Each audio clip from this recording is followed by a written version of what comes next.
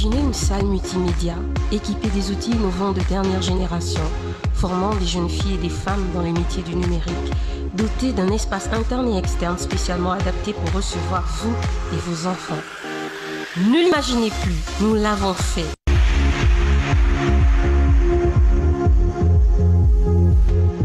Imaginez une salle multimédia équipée des outils innovants de dernière génération, formant des jeunes filles et des femmes dans les métiers du numérique, dotée d'un espace interne et externe spécialement adapté pour recevoir vous et vos enfants. Ne l'imaginez plus, nous l'avons fait. Décennie de la femme, utopie ou réalité?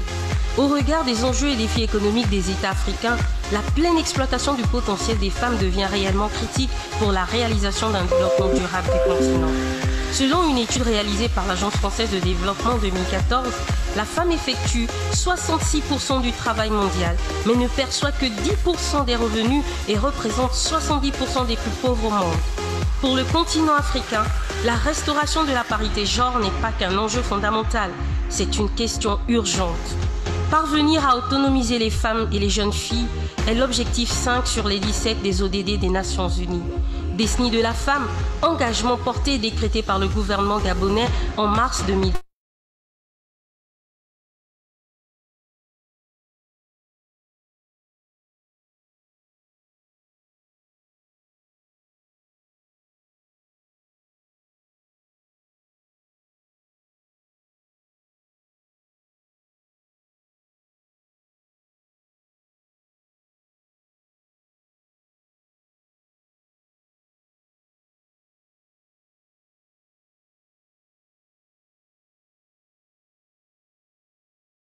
Réalisation d'une croissance inclusive.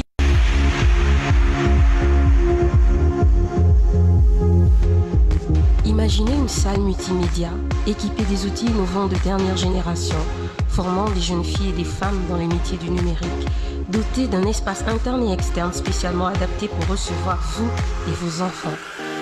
Ne l'imaginez plus, nous l'avons fait. Décennie de la femme, utopie ou réalité? Au regard des enjeux et défis économiques des États africains, la pleine exploitation du potentiel des femmes devient réellement critique pour la réalisation d'un développement durable du continent. Selon une étude réalisée par l'Agence française de développement 2014, la femme effectue 66% du travail mondial, mais ne perçoit que 10% des revenus et représente 70% des plus pauvres au monde. Pour le continent africain, la restauration de la parité genre n'est pas qu'un enjeu fondamental, c'est une question urgente. Parvenir à autonomiser les femmes et les jeunes filles est l'objectif 5 sur les 17 des ODD des Nations Unies. Décennie de la femme, engagement porté et décrété par le gouvernement gabonais en mars 2015. DG Women's School a décidé d'agir aux côtés de ses acteurs en mettant en place une salle multimédia 2.0 et à la femme. Grâce à nos programmes de formation en infographie, web design, référent digital, illustrateur 3D, le digital ne sera plus un secret pour la femme. Ce n'est plus un rêve. Ce ne sera plus un rêve si nous associons nos forces, nos ardeurs et nos capacités afin de voir ce projet se réaliser. Pour accomplir ce rêve, nous avons besoin de vous, afin de faire du numérique un levier dans la réalisation d'une croissance inclusive durable au Gabon et dans l'Afrique pour la femme. Si vous avez à cœur de nous soutenir, visitez-nous sur www.djwomen.com ou encore contactez-nous au +241 04 05 16 13.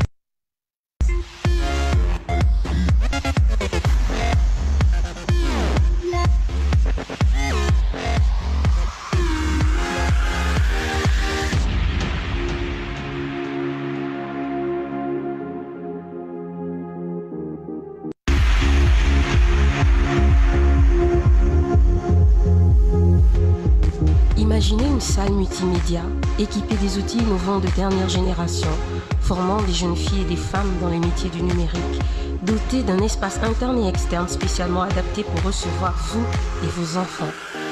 Ne l'imaginez plus, nous l'avons fait. Décennie de la femme, utopie ou réalité? Au regard des enjeux et défis économiques des États africains, la pleine exploitation du potentiel des femmes devient réellement critique pour la réalisation d'un développement durable du continent. Selon une étude réalisée par l'Agence française de développement en 2014, la femme effectue 66% du travail mondial, mais ne perçoit que 10% des revenus et représente 70% des plus pauvres au monde. Pour le continent africain, la restauration de la parité genre n'est pas qu'un enjeu fondamental, c'est une question urgente. Parvenir à autonomiser les femmes et les jeunes filles est l'objectif 5 sur les 17 des ODD des Nations Unies. Décennie de la femme, engagement porté et décrété par le gouvernement gabonais en mars 2015. DG Women's School a décidé d'agir aux côtés de ses acteurs en mettant en place une salle multimédia 2.0 spécialement dédiée à la jeune fille et à la femme. Grâce à nos programmes de formation en infographie, web design, référent digital, illustrateur 3D, le digital ne sera plus un secret pour la femme. Ce n'est plus un rêve. Ce ne sera plus un rêve si nous associons nos forces, nos ardeurs et nos capacités afin de voir ce projet se réaliser.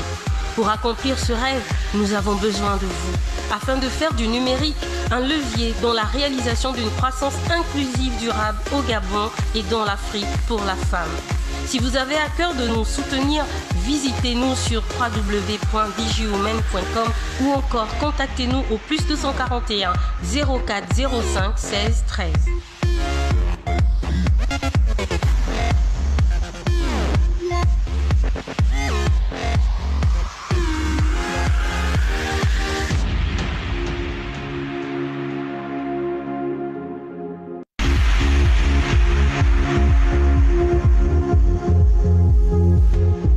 Imaginez une salle multimédia équipée des outils innovants de dernière génération, formant des jeunes filles et des femmes dans les métiers du numérique, dotée d'un espace interne et externe spécialement adapté pour recevoir vous et vos enfants.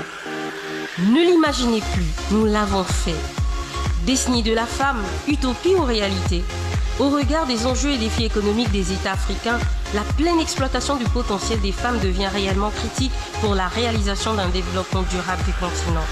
Selon une étude réalisée par l'Agence française de développement en 2014, la femme effectue 66% du travail mondial, mais ne perçoit que 10% des revenus et représente 70% des plus pauvres au monde. Pour le continent africain, la restauration de la parité genre n'est pas qu'un enjeu fondamental, c'est une question urgente. Parvenir à autonomiser les femmes et les jeunes filles est l'objectif 5 sur les 17 des ODD des Nations Unies. Décennie de la femme, engagement porté et décrété par le gouvernement gabonais en mars 2015. DG Women's School a décidé d'agir aux côtés de ses acteurs en mettant en place une salle multimédia 2.0 spécialement dédiée à la jeune fille et à la femme. Grâce à nos programmes de formation en infographie, web design, référent digital, illustrateur 3D, le digital ne sera plus un secret pour la femme. Ce n'est plus un rêve. Ce ne sera plus un rêve si nous associons nos forces, nos ardeurs et nos capacités afin de voir ce projet se réaliser. Pour accomplir ce rêve, nous avons besoin de vous, afin de faire du numérique un levier dans la réalisation d'une croissance inclusive durable au Gabon et dans l'Afrique pour la femme. Si vous avez à cœur de nous soutenir, visitez-nous sur www.djwomen.com ou encore contactez-nous au +241 04 05 16 13.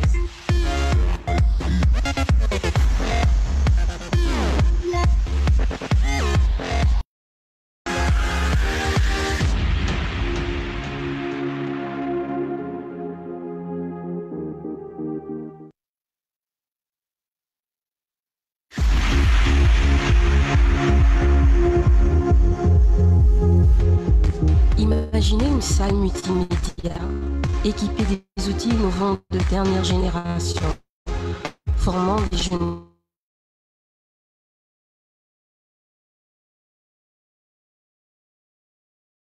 Décennie de la femme, utopie ou réalité?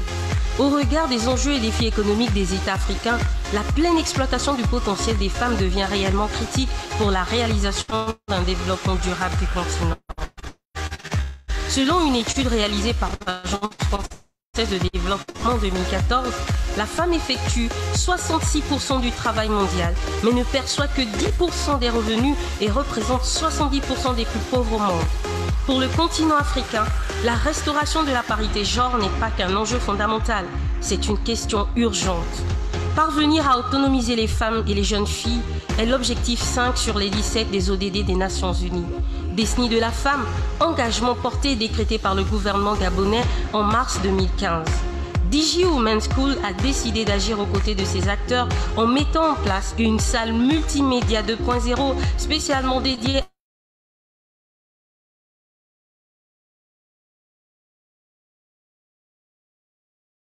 à la jeune fille et à la femme. Grâce à nous, ce n'est plus un rêve, ce ne sera plus un rêve.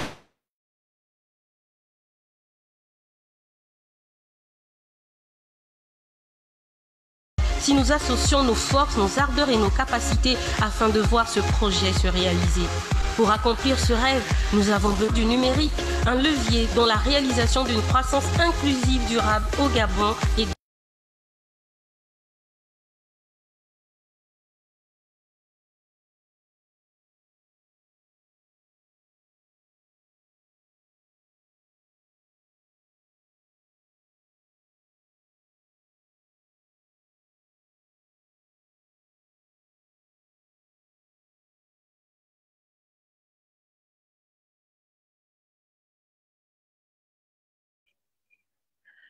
Nous restons donc connectés au digital, nous parlons digital et encore digital, le digital qui pourrait être un tremplin pour l'Afrique dans le cadre de la crise que nous traversons et bien au-delà de la crise. Alors aujourd'hui, nous allons évoquer une thématique très importante. Nous parlerons de digital et comment le digital pourrait accompagner la bonne gouvernance. Nous ne pouvons pas démarrer cette troisième journée sans remercier encore une fois nos partenaires, les partenaires qui sont Air France, le ministère de la Communication et de l'Économie numérique, Airtel Gabon, IML, l'Agence gabonaise de normalisation, Global Mind Consulting, ANINF Gabon et Sage Consulting. Nous rappelons également qu'il y a un jeu qui est prévu dans le cadre de ces 3 jours. C'est un quiz JPOV. La question est de savoir quel est le nom et la nationalité de la première femme à avoir réalisé le premier véritable programme informatique. Quel est le nom et la nationalité de la première femme à avoir réalisé le premier véritable programme informatique? Donnez votre réponse dans les commentaires de Facebook, likez et partagez le direct JPOV by Digi Women's School au maximum et abonnez-vous à la page de Digi Women's School pour gagner une place à la prochaine formation femmes et webmaster de Digi Women's School, ainsi qu'une box MiFi Airtel avec 15 Go de connexion offert par Airtel Gabon. En troisième étape, vous gagnez donc 5 numéros du magazine Alouk, c'est offert par Ocano, qui est une agence de communication locale, et une semaine de formation Community Management, offert également par Ocano. Les journées portes ouvertes virtuelles by Digi Women's School, qu'est-ce que c'est? Alors, les journées portes ouvertes virtuelles by Digi Women's School, c'est une plateforme virtuelle qui réunit pendant ces 3 jours des professionnels africains du digital autour d'un thème concernant le numérique, on l'aurait bien compris. L'objectif principal de ces journées étant de susciter un plus grand intérêt des Africains en général et des femmes en particulier pour le digital. C'est un rendez-vous mensuel. Le prochain rendez-vous se tiendra très rapidement pour le mois de septembre.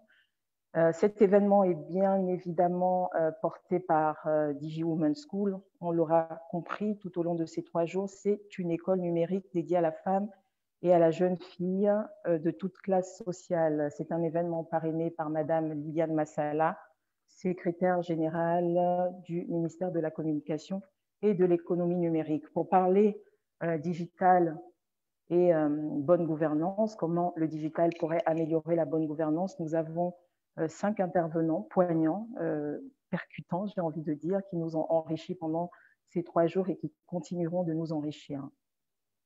Nous avons donc M. Jean-Louis Tangbeb du Cameroun. Bonjour Jean-Louis, je te laisse te présenter à nos internautes. Tu as été très demandé hier d'ailleurs. Je pense que certains internautes sont heureux de te revoir aujourd'hui. Jean-Louis, je te laisse te présenter. Merci.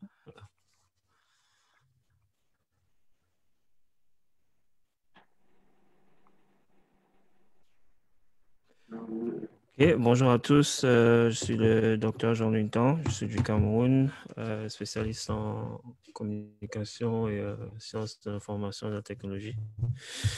Alors, aujourd'hui, je suis très content de participer à ce panel une fois de plus. Je remercie l'organisation. Je pense que la thématique d'aujourd'hui est très intéressante parce qu'elle va nous permettre de discuter sur des sujets qui peuvent avoir un impact vraiment important sur la gouvernance et la transformation digitale de nos pays africains.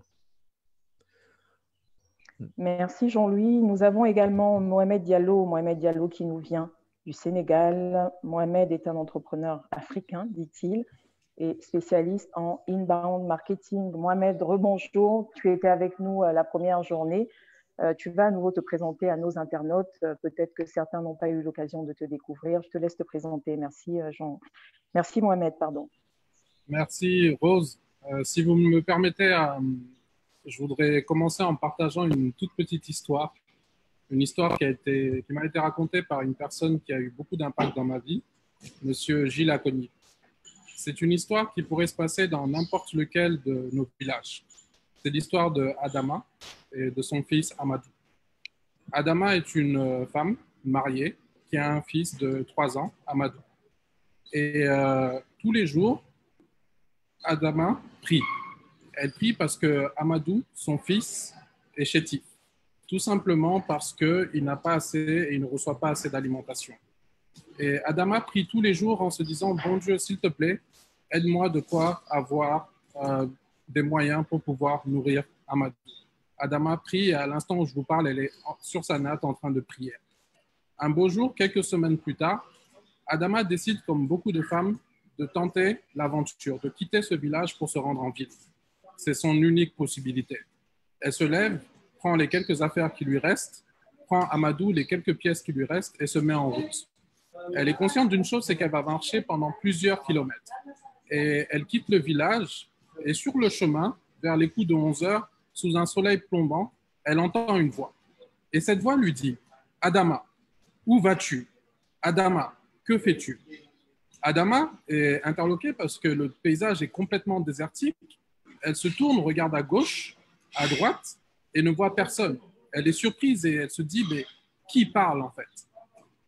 Et là, à cet instant précis, la voix lui répond et lui dit « Adama, c'est le baobab sacré et nous avons entendu tes prières et nous allons réaliser tes prières. » Adama est contente, elle est joyeuse parce que ça fait des années qu'elle prie pour cela. Et donc, elle s'approche du baobab et le baobab lui dit « Dans quelques instants, mon tronc va s'ouvrir. Et quand mon tronc va s'ouvrir, tu pourras avoir accès à toutes les richesses que tu veux. » Adama s'approche, elle veut entrer dans le baobab et le baobab lui dit « Adama, n'oublie jamais l'essentiel. » Adama rentre dans le baobab, finalement, elle prend le maximum de richesses qu'elle peut et très rapidement, elle se rend compte que ses mains ne suffisent pas. Et elle décide donc elle a une idée, elle prend le pagne dans lequel elle avait attaché Amadou, met le maximum de richesses dans le pagne et le baobab lui dit « Adama, il ne te reste plus que 30 secondes. » Elle se précipite, prend encore le maximum de richesses, elle court, elle sait que le temps compte, elle court, passe devant Amadou, sort du baobab, très contente, heureuse parce qu'elle a réussi et elle a complètement atteint son objectif qui était celui d'avoir cette richesse. Adama pleure de joie, elle est contente, imaginez, son vœu s'est réalisé. Adama crie et elle hurle de joie et elle dit « Amadou, ça y est, c'est fini. Maintenant, nous pourrons t'alimenter comme il le faut. Maintenant, nous pourrons même t'habiller et tu pourras aller en ville. » Adama répète « Amadou, Amadou, m'entends-tu » Et ça, à cet instant, mesdames et messieurs, Adama oublie une chose. Elle a oublié Amadou à l'intérieur du baobab. Elle a oublié l'essentiel. Bonjour à tous, mesdames et messieurs. Merci beaucoup. C'est un plaisir pour moi de vous retrouver ce matin. Je suis Mohamed Diallo et je vous raconte cette histoire parce que chez Byfeeling, nous aidons les organisations en Afrique à ne pas oublier l'essentiel, qui est de pouvoir croître grâce au digital dans un monde qui est de plus en plus connecté, grâce à une méthodologie qui est bien spécifique, celle du inbound marketing. C'est un plaisir pour moi d'être avec vous ce matin et j'espère que nous aurons l'occasion d'échanger plus amplement. Merci Rose. Merci beaucoup, merci infiniment. moralité, c'est qu'il faut croire, il faut y croire encore en nos projets et qu'il ne faut jamais abandonner. C'est la résilience dont je parlais hier. Nous avons également Blanchine Mazanga du Congo RDC. Je pense qu'on a beaucoup de problèmes. Bonjour à tous. Je me suis présentée hier, mais je vais juste dire que je suis la moins experte digitale du groupe. Mais j'interviens juste aussi comme pour apporter ma contribution en tant qu'entrepreneur africain, utilisateur. Pour cette dernière journée. Oui. Merci Blanchine, je te laisse te présenter. Ok, je répète, je pense que Rose ne m'a pas entendu. J'ai dit que je suis peut-être experte du digital dans ce groupe, mais je suis là comme aussi utilisatrice du digital en tant qu'entrepreneur africain qui comprend la différence et la place du digital pour le développement de nos entreprises, mais aussi de nos pays. Donc, j'apporte aussi ma contribution en tant que coach qui accompagne les entrepreneurs à se déployer. Merci. Merci beaucoup, Blanchine. Je pense que nous avons également Keita. La technique peut me confirmer la présence de Keita? La technique?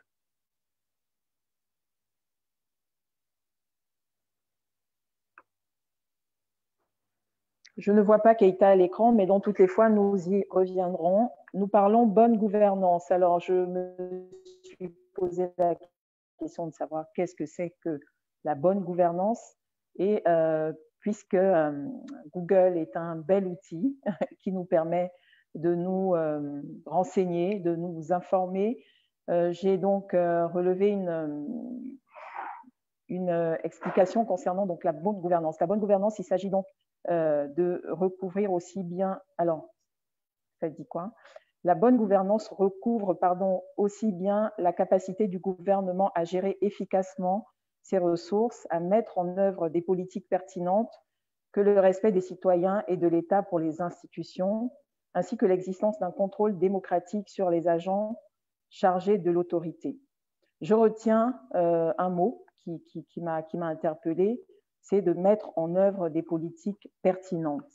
Il faut savoir que les nouvelles technologies de l'information et de la communication engendrent un potentiel énorme. On l'a vu tout au long de ces 2 jours et on continuera de le constater pour cette journée. Donc un potentiel énorme pour améliorer la vie des gens en général et des personnes dans les pays en développement en particulier. Donc nous constatons également que l'utilisation des NTIC, nouvelles technologies de l'information et de la communication, l'utilisation peut stimuler le commerce, appuyer les systèmes d'éducation et de santé et renforcer à tous les niveaux les gouvernements dans leur processus de développement à l'échelle globale. De nos jours, il est difficile d'imaginer nos vies sans ordinateur parce qu'il est partout présent autour de nous, dans les voitures, les téléphones, les avions, les banques, les écoles, etc.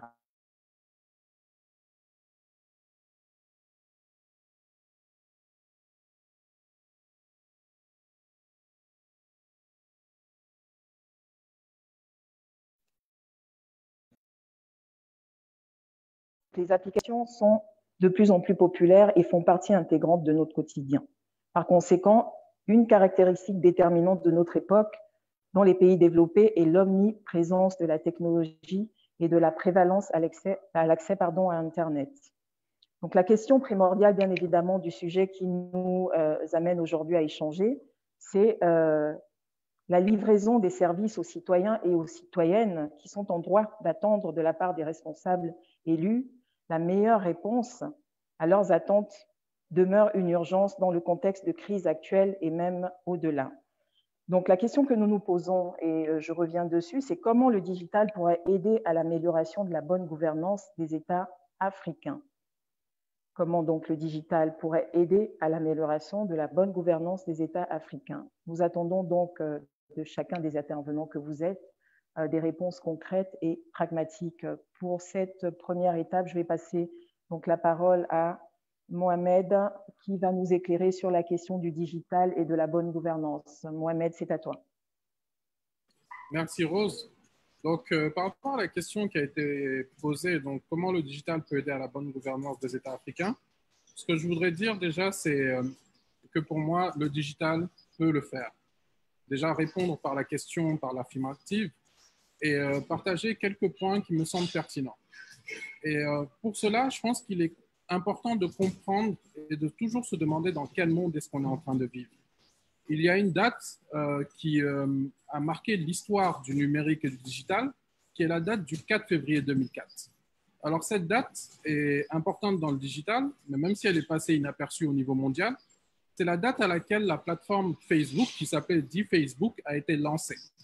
Et peu de personnes l'ont réalisé, mais Facebook a fait entrer le monde dans un autre univers, celui qu'on appelle l'ère conversationnelle.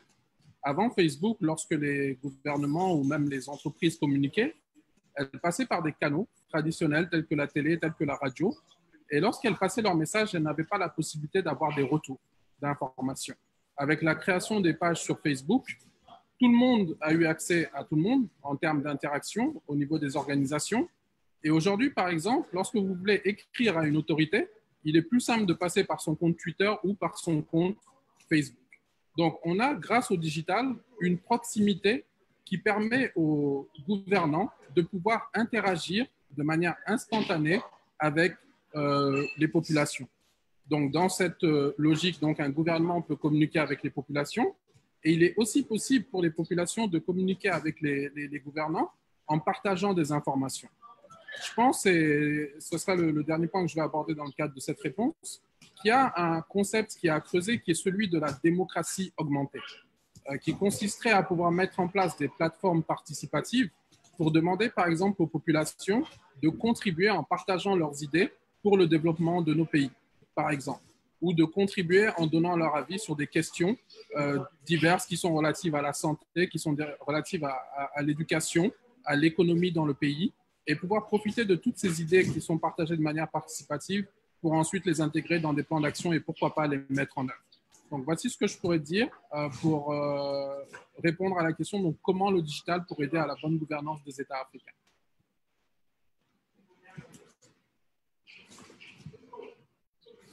Rose, je te repasse la parole.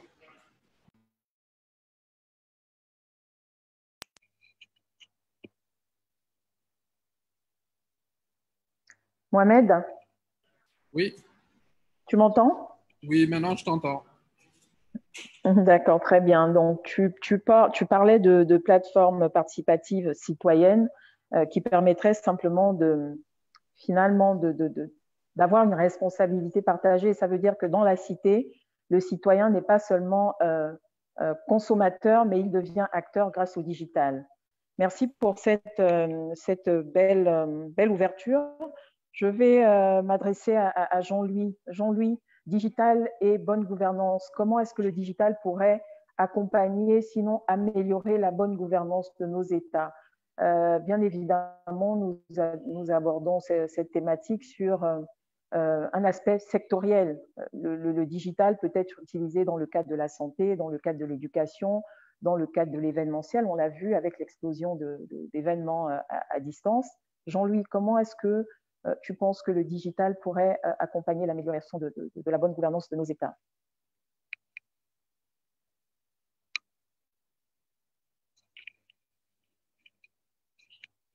Jean-Louis est avec nous? Blanchine? Blanchine est là. Alors, au niveau étatique, déjà, je pense qu'il y a pas mal d'exemples. Jean-Louis est avec nous. Merci, Jean-Louis. Tu m'entends ou pas? Je t'entends très bien. Vous m'entendez? Je t'entends. Je t'entends. Oui, donc, d'accord. OK.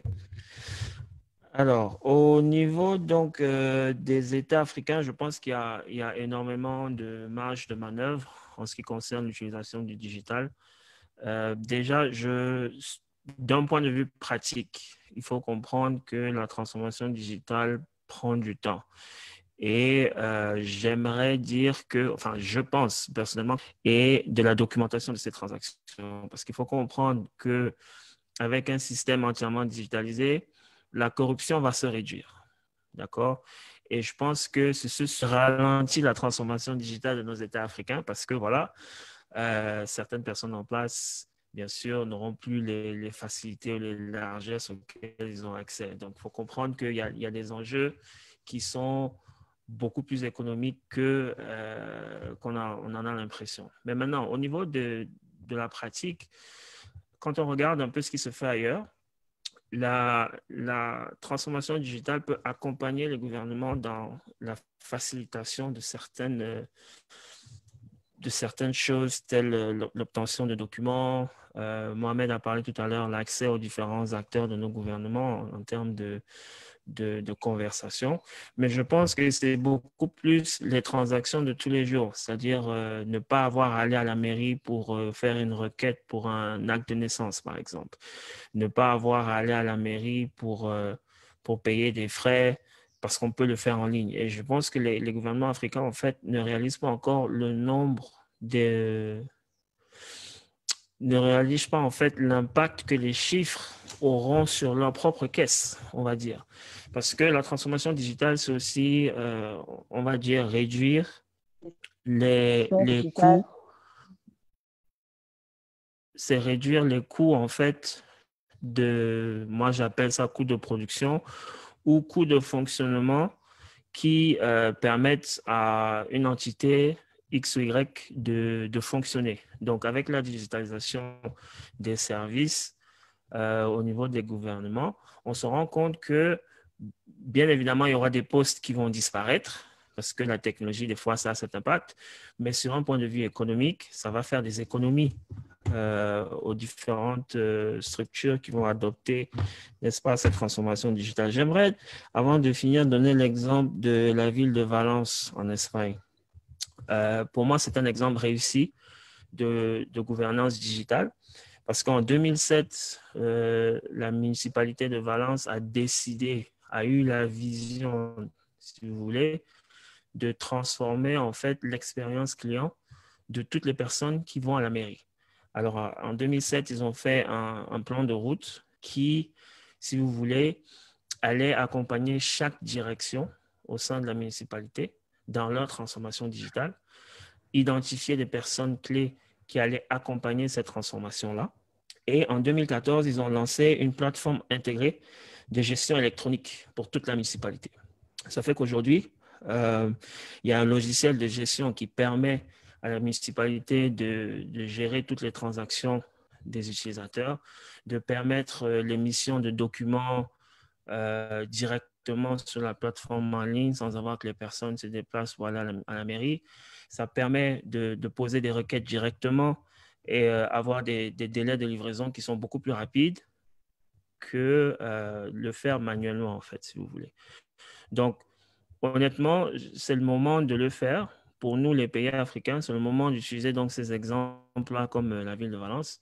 C'est le moment de remettre en question en fait les procédés et les process qu'on a actuellement dans nos mairies, dans nos ministères, dans nos bureaux, pour essayer de comprendre en fait comment rendre la tâche facile non seulement à nos personnels, mais aussi aux utilisateurs qui viennent nous rendre visite et qui aussi ont des vies chargées. Parce que je ne vais pas vous mentir que pour le cas du Cameroun, vous pouvez passer une journée dans une mairie, vous pouvez passer une journée dans un ministère juste pour un document. Et je pense que c'est le cas dans toute l'Afrique. Donc, une journée pour un entrepreneur, c'est énorme. Une journée pour une mère au foyer, c'est énorme. Donc, utiliser la technologie et les différents outils pour pouvoir proposer des solutions qui vont permettre aux utilisateurs de se déplacer uniquement en cas de besoin. Par exemple, si c'est une empreinte digitale qu'il faut donner, parce qu'il faut comprendre qu'aujourd'hui, vous pouvez prendre la photo à la maison et l'envoyer. Donc, honnêtement, il est temps qu'on passe qu'on actualise en fait nos projets de transformation digitale et qu'on facilite la vie à nos utilisateurs.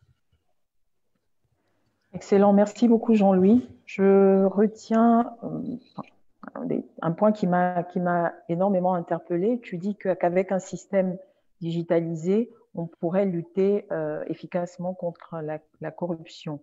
Exactement. La question de la traçabilité également, la question de la traçabilité grâce au numérique aujourd'hui, même dans le cadre des politiques commerciales, effectivement, on peut tracer des produits.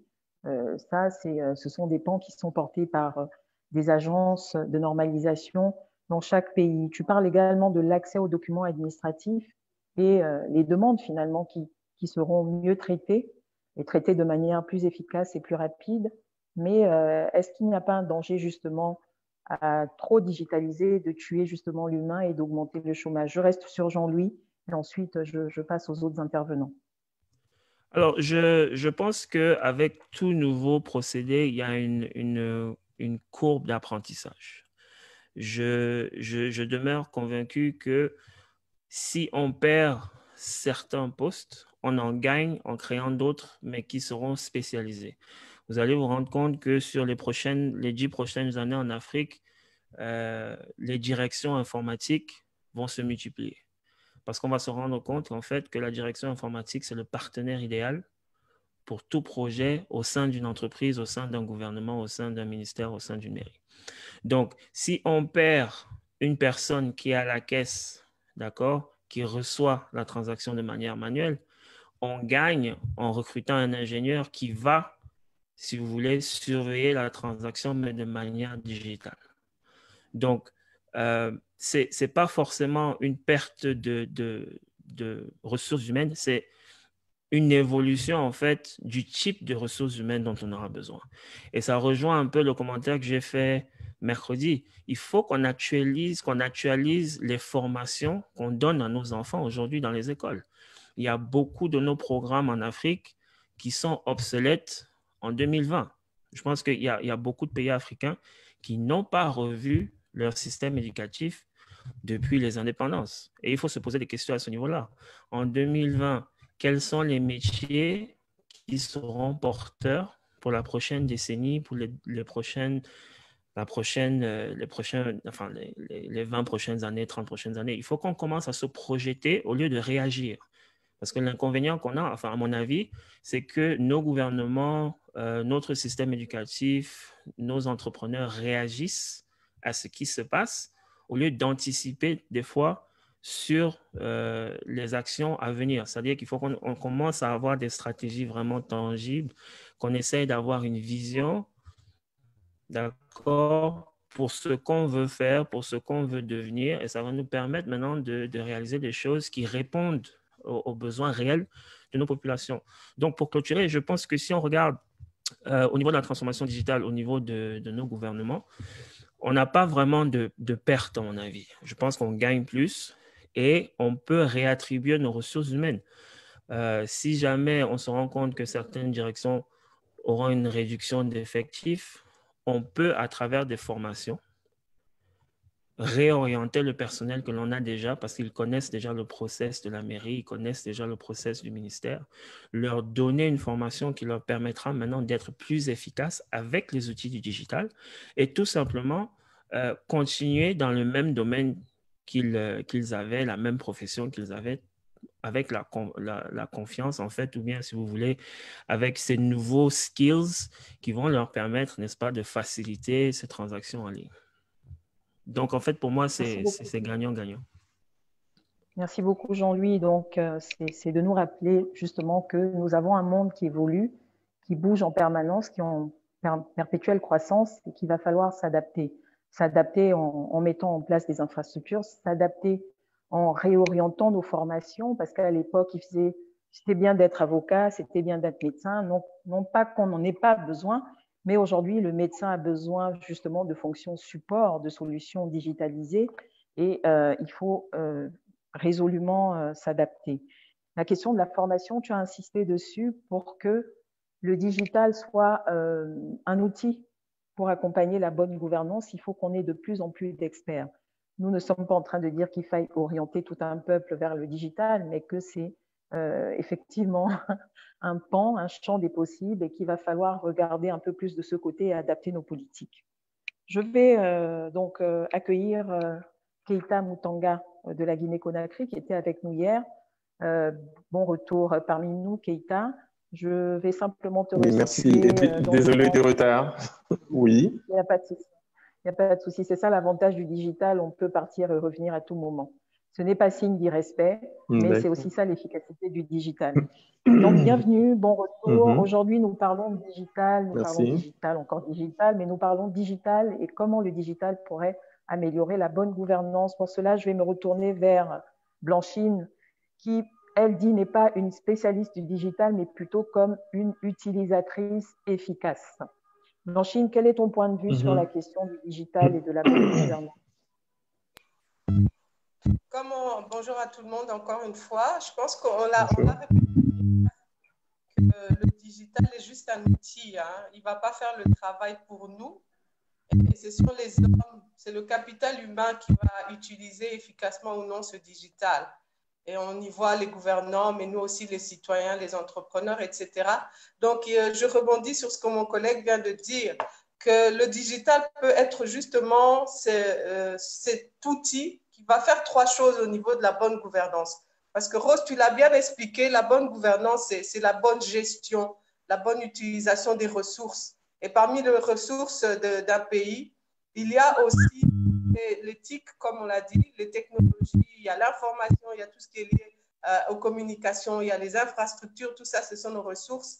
Et le digital peut nous permettre de mieux utiliser ces choses, de mieux les gérer. Et quand on parle de bonne gouvernance, il y a aussi l'aspect de distribution équitable des revenus générés par ces ressources-là. Et au travers du digital, on peut développer le capital humain. Parce qu'aujourd'hui, déplacer des populations pour qu'ils suivent des formations ou donner accès à des populations à des formations de qualité. On vient de le répéter, je pense que c'est quelque chose qui est vraiment à cœur. La plupart de nos curriculums, que ce soit au niveau du secondaire ou de l'université, sont complètement dépassés par rapport au monde dans lequel nous vivons, à l'Afrique dans laquelle nous sommes aujourd'hui. Hier, on a beaucoup insisté sur l'agilité. Et l'agilité, c'est cette capacité de s'adapter continuellement au changement. Et il faut pour ça donc développer les personnes qui vont s'adapter, qui vont rester compétitifs, qui vont rester innovants, créatifs. Et le digital est un instrument qui peut permettre ça, c'est un outil. Donc la bonne gouvernance peut vraiment s'appuyer, utiliser le digital pour la partie développement du capital humain. Les personnes qui vont devoir gérer les services de l'État, les personnes qui vont devoir déployer des produits, des services pour faire développer la nation sur le plan économique, etc. Tout ça, c'est des individus qu'il faut développer, qu'il faut upgrade, si on va dire en anglais, pour les amener au niveau du mindset. On a utilisé ce mot hier, peut-être le définir pour nos participants. C'est un shift, un changement de mentalité, aider en fait nos populations et les entrepreneurs, même le gouvernement, à acquérir cette mentalité de proactivité, d'aller toujours en avant, de toujours chercher à s'améliorer, parce qu'on ne va pas toujours chercher à améliorer quand ça ne marche pas. Quelqu'un qui est créatif, innovant, cherche le changement même quand les choses fonctionnent, pour rester compétitif. La deuxième chose, rapidement pour moi, je pense que le digital est aussi clé, les collègues l'ont déjà souligné, pour une gestion opérationnelle efficace et transparente. Quand nos gouvernements parlent de responsabilité, de redevabilité, ces deux mots n'ont pas de sens quand il n'y a pas de transparence. Et le digital permet ce qu'on appelle l'intégrité des données. Quand les données sont capturées dans des systèmes informatiques, c'est très difficile que des personnes extérieures viennent manipuler les chiffres. On peut faire disparaître des documents dans un bureau, mais c'est difficile d'entrer dans un serveur ou dans une base de données et de commencer à faire disparaître toutes les données. Donc, quand on parle d'une meilleure gestion de nos ressources, minières, tourisme, agriculture et tout ça, vous pouvez les citer, même le capital humain, le digital est là. Et le digital, pour y arriver en termes de bonne gouvernance, il faut que chacune de nos populations se l'approprie, que le digital ne reste pas le domaine des gens qui ont étudié à l'étranger, le domaine des experts en IT, que ça ne reste pas quelque chose qui est pour les autres, mais que l'Afrique comprenne. Parce qu'hier, il y a un des participants qui a dit qu'avant de penser à une ville intelligente, il faudrait d'abord nous amener l'eau et l'électricité. Mais c'est un point. Mais justement, le digital peut résoudre des problèmes pour amener l'eau et l'électricité. Hein? Donc, il ne faut pas dire on ne peut pas basculer dans plus de digital tant qu'on n'a pas l'eau et l'électricité. Utilisons le digital pour améliorer justement nos infrastructures. C'est un peu ce que j'ai à apporter pour le moment. Merci beaucoup, Blanchine. Merci infiniment, Blanchine. Effectivement, le digital et le développement humain. Quand tu parles de développement humain, tu parles de renforcement de capacité, tu parles de sensibilisation, tu parles même d'éducation civique, j'imagine. En fait, le développement du capital humain, on va commencer par d'abord aider les gens à mieux se connaître, hein, parce que nos populations africaines ignorent notre héritage, nos ressources, nos richesses, etc. Donc, on ne peut pas développer quelque chose qui s'ignore. Donc, à ce niveau-là, le digital peut permettre de présenter l'Afrique autrement. On peut avoir hier, on disait, il ne faut pas voir seulement digital Facebook. On peut avoir des jeunes et les femmes peuvent trouver une place parce qu'elles savent comment raconter les histoires. Elles sont gardiennes de la mémoire aussi. Donc, les femmes du numérique peuvent vraiment créer des produits et des services qui nous aident à mieux nous connaître en tant qu'Africains et aussi nous aider comment on va développer. Parce que quand on parle de curriculum, je pense qu'essentiellement aujourd'hui, je l'ai mentionné hier, on doit se concentrer pour développer les aspects leadership et entrepreneuriat en Afrique. Parce que dans ça, il y a tout ce que vous voulez. Quelqu'un qui a déjà développé son mindset en termes de leadership et d'entrepreneuriat, même s'il est fonctionnaire, il aura ce mindset d'entrepreneur, vous voyez. Hein? Donc, les deux devraient se concentrer sur ça, développer, identifier les compétences. On appelle ça créer des parcours. Donc, savoir que dans telle filière, il faut ça, ça, ça, ça. Même dans la filière du digital, il faut former les gens sur le leadership, sur l'entrepreneuriat, etc. Donc, mieux nous connaître, nous fournir des produits digitaux qui nous racontent l'Afrique, qui nous présentent l'Afrique, qui nous font découvrir l'Afrique comme on ne nous l'a jamais montré. On oublie un peu les guerres, etc., la famine, mais qu'on apprenne nos histoires différemment. Et le digital peut aussi nous aider justement à mieux développer ce qu'on aura identifié comme richesse. Compétences, talents, dons, etc., tout le reste. Intelligence aussi. C'est très pertinent ce que tu dis parce que finalement, c'est une Afrique parlée pour les Africains. C'est une Afrique qui est contée, racontée par des Africains pour des Africains. Ce qui me ramène à la question du contenu, et tu en parlais, il faut parler de l'Afrique, il faut vendre l'Afrique, il faut créer des... Mais la création de contenu, je pense que c'est l'une des problématiques. Peut-être que très souvent, on s'enferme dans des mêmes orientations, alors qu'il y a tellement à dire du continent africain, culturellement, politiquement.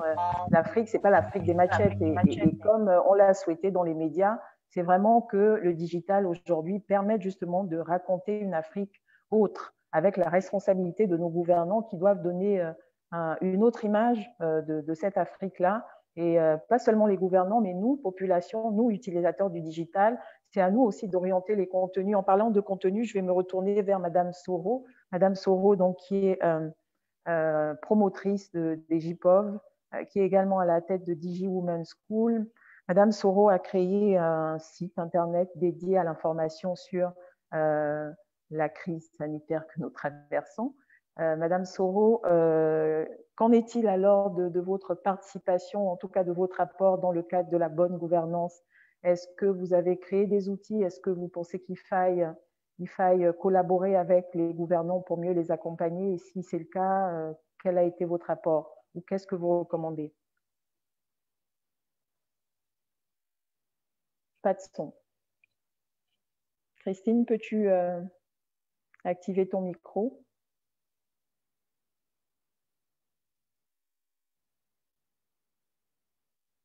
La technique, je n'entends pas Christine.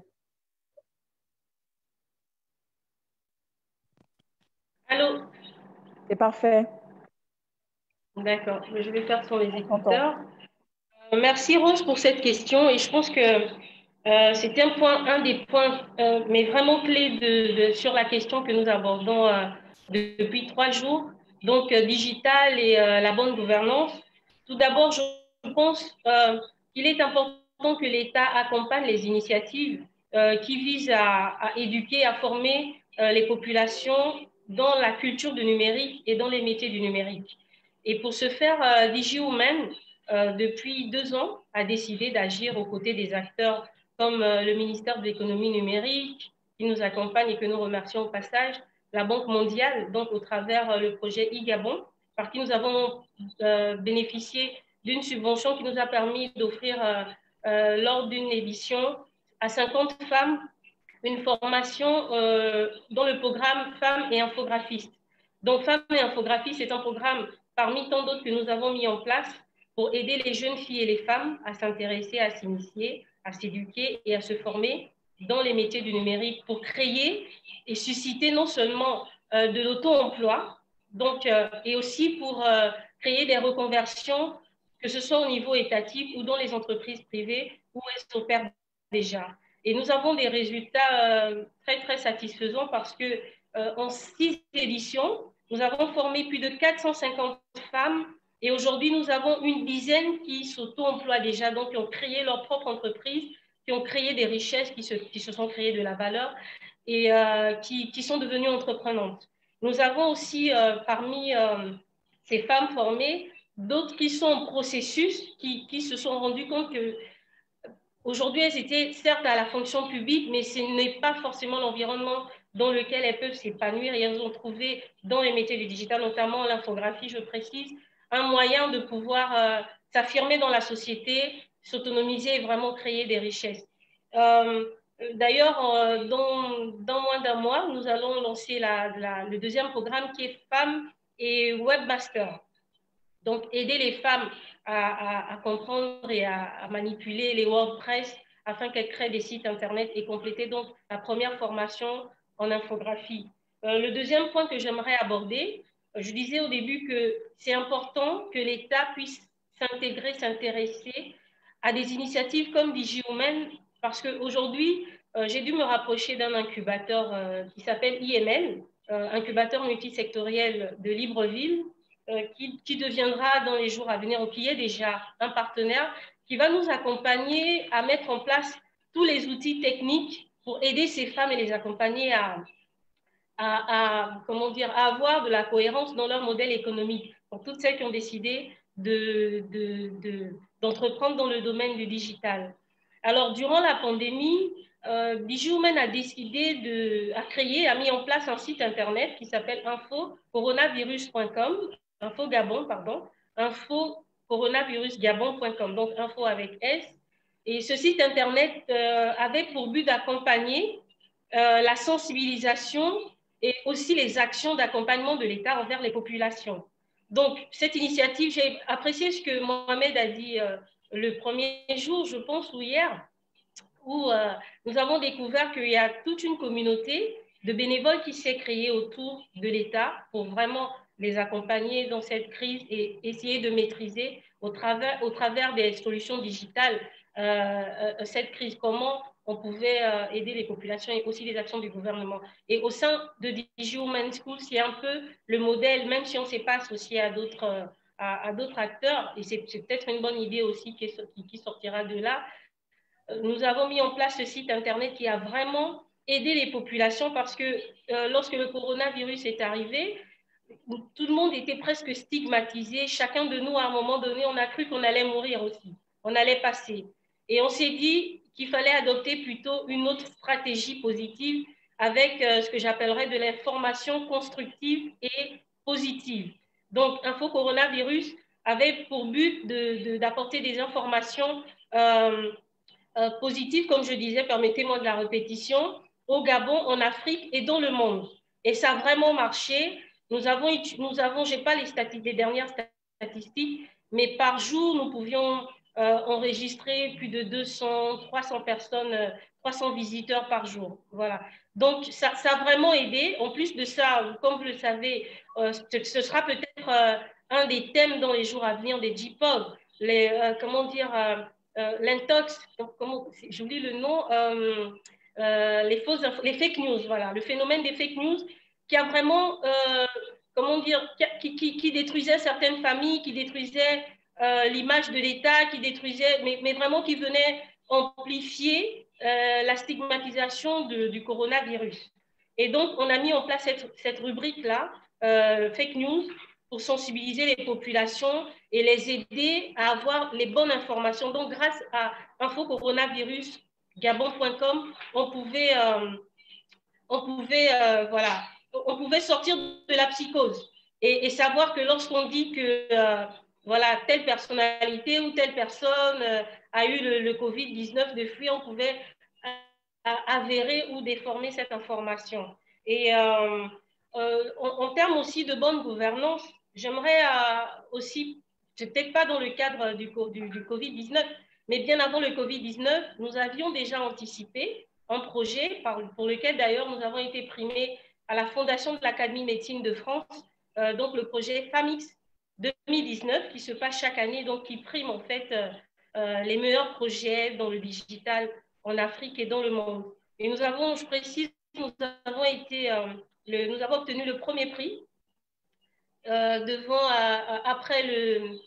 avec la Côte d'Ivoire et le Togo.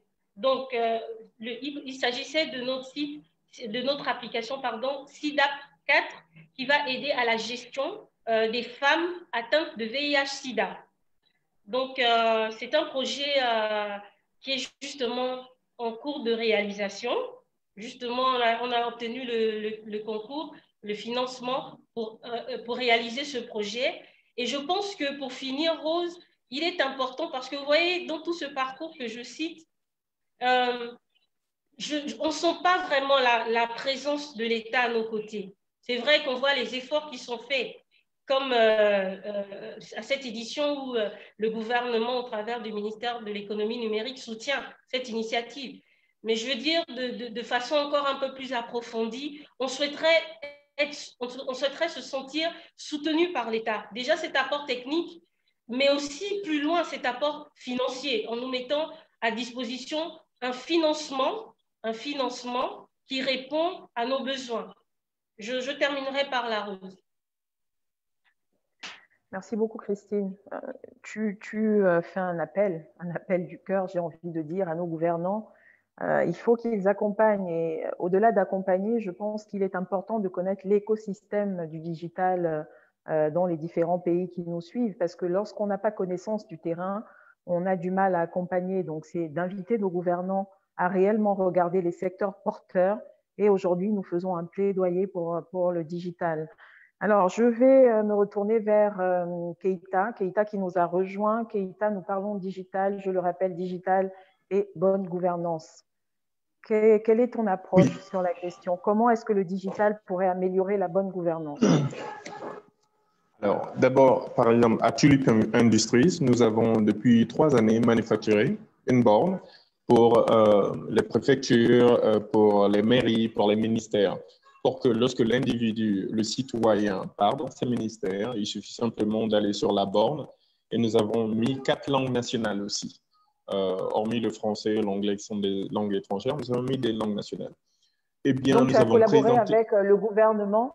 Tu as collaboré avec le gouvernement dans le cadre de ce projet? C'est une initiative privée? Oui, mais non, c'est une initiative d'abord privée. Les premières bornes, par exemple, dont nous avons déjà déposé le brevet et autres, façon des bornes autonomes en énergie, c'est d'abord le gouvernement. On s'est dit, parce que la première fois que je suis parti dans une mairie ici, après être revenu de l'étranger, eh bien, je me suis fait escroquer. Et il n'y avait pas de prix affiché pour avoir la copie d'un certificat de naissance ni rien. Donc, je me suis fait escroquer. Le prix était 20 fois supérieur au prix que je devais payer. Alors, je me suis dit, alors, à la première innovation, il faut que je puisse résoudre ce problème pour la bonne gouvernance, pour ne pas que les autres puissent se faire avoir. Alors, j'ai élaboré ces bornes et j'ai présenté, même à un moment, au président de la République et tout. Tout le monde s'est waouh, waouh. Mais le problème qu'on a, c'est que les gouvernants sont très forts à tapoter sur les épaules. Bien sûr, c'est beau, félicitations. Ils vous invitent, vous allez, vous faites une grande présentation. Alors là, tout le monde nous a acclamé au ministère de la fonction publique, c'était grandiose. Eh bien, mais certaines personnes n'ont pas du tout aimé et c'était plutôt des subalternes qui n'ont pas aimé. On a tout fait pour faire capoter. Donc, bien sûr, nous avons des technologies en Afrique fabriquées par nous-mêmes ou innovées par nous-mêmes et nous voulons que les gouvernements adoptent. D'accord, mais très souvent, ce que j'ai remarqué, les ministres, les présidents, ceux qui sont haut placés, ils adorent ces idées parce que ça les permet de contrôler les flux financiers qui rentrent. Par exemple, un acte de naissance, par jour, il y en a des milliers de demandes. C'est beaucoup d'argent, c'est une manne financière qu'ils ne voient pas, donc ils veulent. Mais malheureusement, il suffit d'un tout petit subalterne qui est bien placé à l'intérieur du circuit pour tout faire capoter. Voilà, pour détourner un dossier, pour le mettre de côté. Donc, il nous faut ces outils digitaux, vraiment, pour que cette manne financière qui rentre n'échappe pas au gouvernement. Les leaders, en général, sont au courant. Ils viennent vers moi très souvent, et même récemment, j'ai un ministre qui m'a appelé, qui m'a littéralement parlé de ces problèmes. Eh bien, c'était vraiment poignant pour que Tulip, par exemple, leur vienne en aide. D'accord, nous allons le faire, nous sommes en train de faire, nous allons filmer le cadrage de leurs problèmes.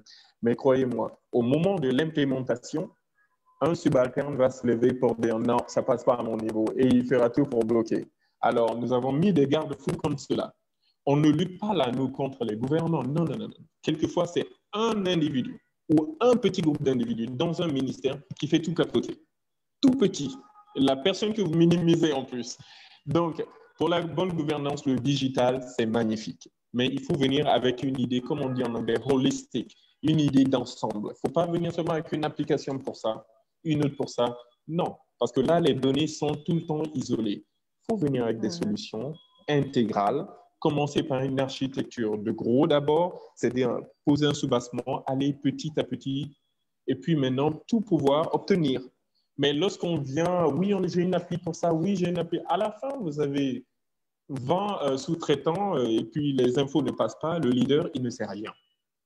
Donc, nous, on s'est mis à faire le cadrage des problèmes des ministères, à situer leurs problèmes, à les aider même à faire leur cahier des charges et à les apporter des solutions. Pour ce qu'on ne sait pas faire, on leur dit carrément, on ne sait pas faire cela, allez voir quelqu'un d'autre, mais c'est ce qu'il vous faut. Donc, cette bonne gouvernance ne peut pas marcher sans le digital. Nous, par exemple, parce qu'il faut commencer par soi, dans votre entreprise, parce que la plupart des businessmen africains fonctionnent encore avec des logiciels de base. Ils ont un logiciel là pour les ressources humaines, un autre là pour les finances, un autre là pour les pointages. Non, il faut avoir un CRM. Un CRM vous permet d'unifier tout ce qui se passe dans l'entreprise, d'avoir une visibilité et surtout, permettre d'embaucher beaucoup de femmes. Je vous explique.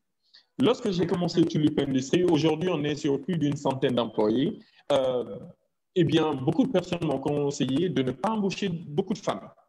C'était choquant de ma part parce que je viens des États-Unis. Les États-Unis, eh bien, c'est vraiment la parité. Hein. On ne rigole pas avec ces choses. Alors, ça m'a choqué. Et la femme, qu'est-ce qu'elle a fait pour mériter cela? Eh bien, certains m'ont expliqué que oui, la femme, elle tombera enceinte, elle sera à la maison, la maternité, tu vas débourser de l'argent, elles ne seront pas efficaces, elles ne pourront pas travailler. Je dis, mais non, il y a un CRM. Une femme qui a un laptop, qui est à la maison, même si elle vient d'accoucher, bah, elle a 1 heure de temps pour aller faire le travail et puis envoyer à son patron et puis continuer la vie familiale. Donc, nous avons adopté cela. Donc, lorsqu'à Tulip Entreprise, un employé décide, par exemple, s'absenter pour raison médicale ou autre, le boulot n'est jamais interrompu. Parce que cet individu, même à la maison étant malade, continue toujours de travailler. Il suffit seulement qu'il faut 1 heure de temps, 2 heures de temps pour débloquer. Et il travaille, par exemple, sur des fichiers partagés aussi. Et donc, tout le monde est au courant de ce qu'ils font dans leur département. Donc, il n'y a pas d'absence qui nous nuise, en fait, ici. Donc, lorsque les gens me demandent la permission de partir, je leur dis, mais vas-y, tu peux dans ta voiture, même avec ton téléphone, tu as le CRM dedans, continuer le travail. Donc, le digital nous permet déjà, nous, les privés, de s'organiser. Parce que si on n'est pas organisé, si on a les choses fragmentées dans notre entreprise, comment on peut venir avec des solutions pour aider le gouvernement? Donc, cela doit d'abord venir par nous, comment on s'organise à l'interne, et puis ensuite, maintenant, donner ces idées maintenant au gouvernement, au ministère, aux préfectures. Mais sans le digital, on ne peut pas. Et j'aimerais revenir sur un point rapide, l'adaptation, l'agilité dont on a parlé. Eh bien, on n'a pas le choix. Vous savez, lorsque la voiture est apparue en Europe, l'Europe a dû mettre à la retraite 20 millions de chevaux. Les chevaux étaient utilisés depuis des milliers d'années. L'automobile est venue, eh bien, les chevaux étaient mis à la retraite. Il y a 10 ans de cela, pour filmer, pour avoir une image aérienne, il fallait louer l'hélicoptère. Donc, un pilote d'hélicoptère, l'hélicoptère, mettre le carburant, avoir un caméraman qui est là, suspendu au bord de l'hélicoptère, en train de filmer, surtout pour les films. Eh bien, aujourd'hui, il vous suffit d'un petit drone. Le drone a remplacé l'hélicoptère, le pilote d'hélicoptère, la caméra, et tout est là, avec un simple petit drone. Il faut s'adapter, on n'a pas le choix, c'est le progrès. Mais maintenant, les personnes mises au chômage peuvent s'adapter. Je suis un exemple, je n'étais pas au chômage, bien sûr, j'étais un banquier, j'étais directeur de banque aux États-Unis, mais rentré en Afrique, je ne voulais plus faire la banque. Je ne connaissais rien en digital. Eh bien, j'ai tout appris. Grâce à Google, grâce à Yahoo, grâce à YouTube, tout y est. On a une bibliothèque mais formidable, universelle sur Internet. L'Internet, ce n'est pas Facebook, ce n'est pas les réseaux sociaux. C'est tout le reste, là, les bibliothèques virtuelles. Eh bien, moi, banquier, qui ne savais presque rien en digital, aujourd'hui, je suis dans le digital en Guinée Nous fabriquons des machines digitales qui servent à la Banque mondiale, au programme alimentaire, et nous travaillons en ce moment avec le ministère du Budget, nous travaillons avec le ministère de l'Éducation grâce au digital. Donc, si moi, banquier, j'ai pu m'adapter, tout le monde peut s'adapter. Il suffit simplement de le vouloir. Voilà. Merci beaucoup. Merci infiniment, Keïta. Merci. J'ai là capté une question d'un internaute parce qu'aujourd'hui, chers internautes, nous souhaitons interagir avec vous, poser vos questions. Nos intervenants sont ouverts à répondre. Là, j'ai une question pas une question, mais plutôt quasiment une affirmation. Il dit ceci, le digital ne pourra pas tout régler. Le digital peut être utile pour la bonne gouvernance, mais il y a beaucoup de points sur lesquels le digital ne pourrait rien faire. Il y a des zones de nos villes qui n'ont pas d'eau potable, de routes praticables. Il faut construire des écoles, etc.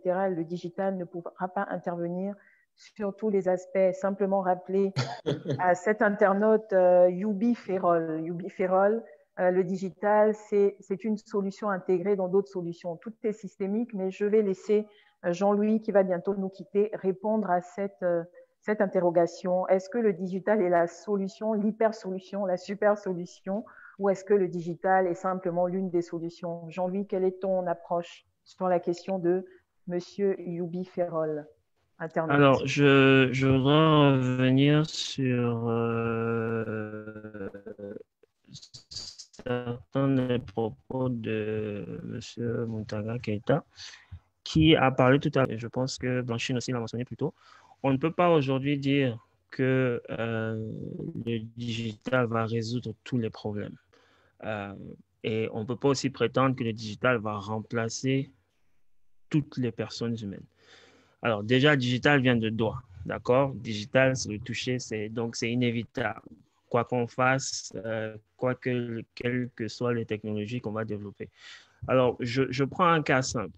Il a posé les problématiques d'infrastructure, que ce soit l'eau, que ce soit l'électricité et ainsi de suite. Il faut comprendre qu'aujourd'hui, il y a des outils qui nous permettent, n'est-ce pas, d'optimiser nos consommations d'eau et nos consommations d'électricité. Ces outils-là ont été créés pour accompagner justement les personnes, que ce soit les particuliers, d'accord, ou les entreprises, pour maximiser, en fait, si vous voulez, le déploiement de leur budget en regard de ces infrastructures donc, qui sont nécessaires. Alors, dire aujourd'hui que le digital, c'est pas en fait, si vous voulez, en anglais on dit silver bullet, qui va résoudre tous les problèmes magiquement. C'est pas la chose qui va, si vous voulez, en un tour de magie, résoudre tous les problèmes de l'Afrique. Mais je pense que c'est un outil nécessaire. Je reviens sur la notion de d'abord s'approprier les outils qui sont à notre disposition. On ne va pas réinventer la roue en Afrique. Actuellement, on est conscient de ce qui pose problème. Nous, les Africains, on a la visibilité sur les difficultés qu'on rencontre. On a la visibilité par rapport aux différentes couches sociales. On a la visibilité sur les difficultés que tout le monde rencontre. En même temps, il y a une partie de la population qui était à l'étranger sans revenu. Et on a une partie de la population locale qui n'a jamais voyagé, mais qui s'est outillée dans le digital, qui sont, si vous voulez, les évangélistes dont on a besoin pour amener, si vous voulez, nos gouvernements et le reste de la population à adapter ces outils qui vont nous permettre de résoudre ces problèmes. Alors, on ne peut pas dire qu'il faut créer un outil à chaque fois. On ne va pas dire qu'il faut créer une application pour tout. On ne va pas dire qu'il faut créer un logiciel de management pour tout. On ne va pas dire qu'il faut créer des objets intelligents pour tout. Mais ce qu'on veut dire, c'est qu'il faut qu'on réalise que les gouvernements africains, les économies africaines doivent se mettre à la page. Je pense que c'est ça, en fait, la grande idée de toutes les interventions qu'on a eues aujourd'hui. C'est qu'il faut que les gouvernements africains se mettent à la page. Il faut que les gouvernements africains comprennent l'importance que la technologie a dans le monde d'aujourd'hui. Je vous promets, s'il y a une panne d'électricité, d'accord, bien sûr, ça aura un impact sur le type de transaction, ça aura un impact au niveau de la santé pour ceux qui sont branchés, pour ceux qui sont connectés. Mais si on perd Internet pendant une journée, c'est un peu plus grave que de perdre, excusez-moi de le dire, l'électricité pendant une journée. Parce qu'aujourd'hui, les banques utilisent des serveurs qui stockent l'information et qui stockent les données. Donc, vous pouvez être, combien de fois ici en Afrique, vous êtes allé à un distributeur pour retirer des sous et la transaction ne passe pas parce qu'on vous dit qu'il n'y a pas Internet? Combien de fois vous vous êtes retrouvé, je ne sais pas moi, en train d'essayer de communiquer avec quelqu'un à l'étranger ou sur place en utilisant une application mobile et la conversation se coupe parce qu'il n'y a pas Internet. Donc, c'est inévitable aujourd'hui de prétendre, enfin, c'est impossible de prétendre aujourd'hui de vivre dans un monde qui n'est pas connecté. Par contre, j'insiste sur le fait qu'il faut adapter les solutions aux besoins de nos populations. On n'a pas besoin de faire du copier-coller à chaque fois, mais on a surtout besoin de personnes qui ont cette potentialité de voir, interpréter et adapter les solutions aux besoins de nos populations. On a besoin maintenant, une fois que ces solutions ont été créées, de personnes qui vont continuer la marche et dire, OK, ce produit qu'on a adopté aux besoins de nos populations, voici les limites de ce produit. Voici les limites de cette solution. Et moi, je propose donc qu'on fasse telle chose. Et c'est comme ça qu'on avance. Si vous regardez les grandes compagnies américaines, je ne sais pas s'il faut le dire ici, mais pendant 50 ans, les États-Unis ont mené la danse en termes de technologie. Aujourd'hui, c'est la Chine. Moi, mon exemple préféré, on va dire, c'est Facebook. Parce qu'il faut être honnête, les plateformes de Facebook aujourd'hui copient les plateformes chinoises. Vous avez vu récemment, Reel a été introduit par Instagram hier. Reel, c'est la copie de TikTok. C'est exactement TikTok. Il y a 50 ans, c'est les Chinois qui allaient aux États-Unis, copier et ramener la technologie chez eux. C'est comme ça qu'ils se sont développés. Ils sont allés aux États-Unis, ils sont allés en Allemagne, ils ont copié au niveau, si on veut, moléculaire, chaque projet qui avait du succès. Ils ont compris pourquoi ça a marché, ils ont adapté à leur culture et maintenant, 50 ans plus tard, 20 ans plus tard, 10 ans plus tard, ils produisent des produits qui sont plus performants. Mais pour y arriver, ils ont d'abord copié les autres. Essayer de comprendre ce qui marche, essayer de comprendre ce qui fait bouger les populations, essayer de comprendre ce qui les attire dans ces produits et maintenant les adapter à leur population et ensuite proposer des solutions nouvelles pour attaquer le monde avec. Donc, l'Afrique aujourd'hui est dans une position unique qui lui permet d'apprendre des avantages et des chutes des États-Unis. Il lui permet d'apprendre des avantages et des chutes de l'Asie et de se positionner donc dans 10 ans, être à la base. Donc, pour moi, c'est ça. Aujourd'hui, il faut qu'on arrête de prétendre que voilà, tout le monde doit faire une application, tout le monde doit faire ceci, tout le monde doit faire cela. Non, il faut qu'on copie les modèles qui marchent. Il faut qu'on les décortique, il faut qu'on les comprenne, qu'on les adapte à nos cultures. Ensuite, quand on a compris comment ça marche, quand on a compris les limites, qu'on propose maintenant des solutions plus performantes qui nous permettront de nous exporter. Donc, pour moi, c'est un peu ça. C'est un peu ça l'approche qu'on devrait avoir en termes de technologie numérique ici en Afrique. Merci Jean-Louis. Tu parles donc de ne pas réinventer l'eau chaude, mais plutôt de voir ce qui a marché ailleurs et de les implémenter en contextualisant, bien évidemment, parce que nous n'avons pas les mêmes réalités. Je rebondis sur ce qu'a dit Blanchine. Elle a parlé du digital qui permettrait l'intégrité des données. Est-ce que, éclairez-moi, quand on parle d'intégrité de données, est-ce qu'on parle de serveurs, de data centers?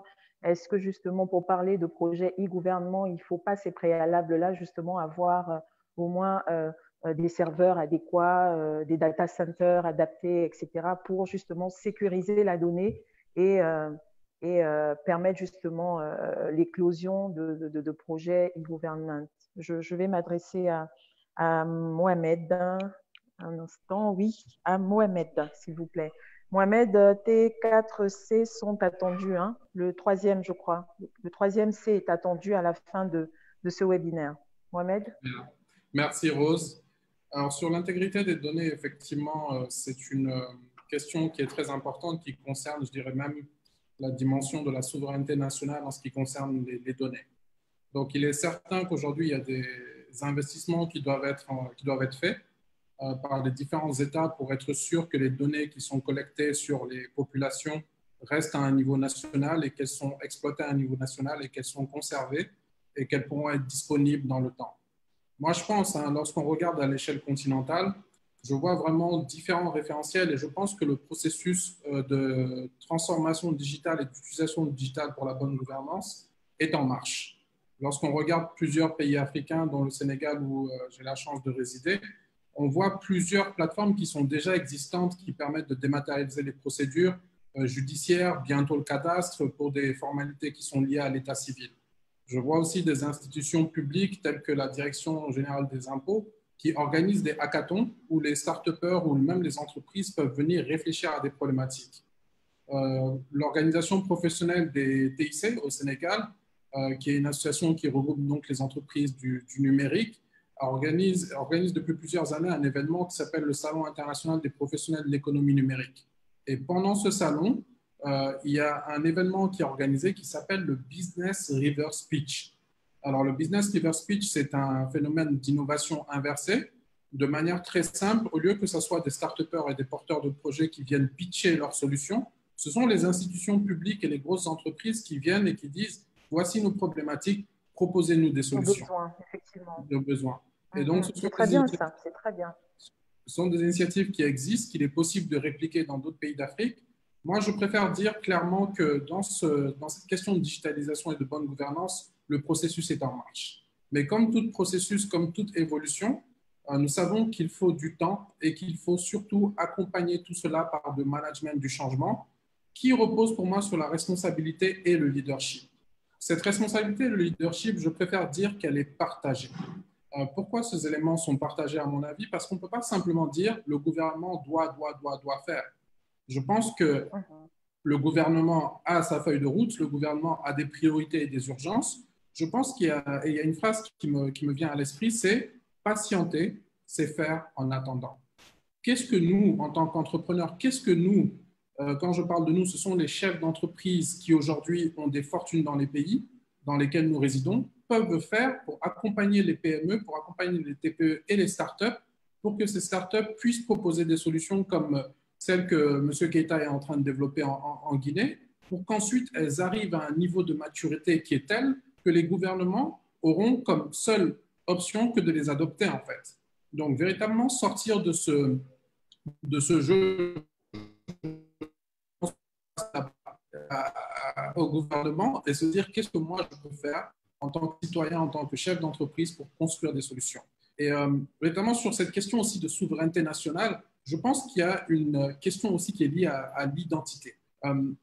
J'aime bien, et j'écoute l'idée de la course, c'est-à-dire on fait souvent le comparatif avec des pays occidentaux ou bien des pays asiatiques, mais moi j'aime à dire et à penser qu'on est en course, qu'on ne fait pas la course avec ces pays, nous sommes en course contre nous-mêmes. En termes de développement, je pense que la question, ce n'est pas de se dire est-ce qu'on ne pourrait pas avoir une plateforme comme ils font en Estonie avec tout le gouvernement, mais c'est plutôt quelles sont les plateformes dont nous avons besoin dans nos écosystèmes par rapport aux problématiques de nos populations que nous pouvons créer et qui demain, comme l'a dit Jean-Louis, pourront inspirer d'autres écosystèmes. Effectivement, on peut faire un benchmark, mais toute la question, c'est de se poser la question dans notre référentiel pour faire ce qui est le plus important dans notre contexte. Je prends juste un cas peut-être pour terminer sur cette question, je reviendrai sur les 4C plus tard. Lorsqu'on a commencé à développer des sites web en Afrique, on a copié-collé le modèle de site web qu'on avait dans les pays occidentaux. Résultat, un site web en Afrique est plein de textes. On sait qu'on n'a pas le même taux d'alphabétisation, mais pourquoi est-ce qu'on n'a pas pensé à faire des sites web qui sont principalement basés sur de l'image? Ou bien pourquoi est-ce qu'on n'a pas développé de langage ou une iconographie ou des visuels qui pourraient parler à n'importe qui serait en Afrique, qui n'aurait pas facilement accès ou qui ne saurait pas lire ni écrire facilement parce qu'on a copié-collé et aujourd'hui on se rend compte que non, ça ne fonctionne pas, mais que ce qui fonctionne, c'est que les populations partagent des vidéos et des images sur WhatsApp et ça circule. Et même quand la personne ne sait ni lire ni écrire, je vous assure qu'elle sait utiliser WhatsApp et qu'elle sait utiliser Facebook. Donc, on doit, pour moi, marquer cette rupture dans la compétition et vraiment se recentrer sur nous-mêmes pour créer des solutions qui sont utiles et durables pour notre environnement. C'est le dernier point que je souhaitais aborder, Rose. Je pense qu'il y aura peut-être une autre intervention où je reviendrai sur les 4C. Les 4C. Merci beaucoup, Mohamed.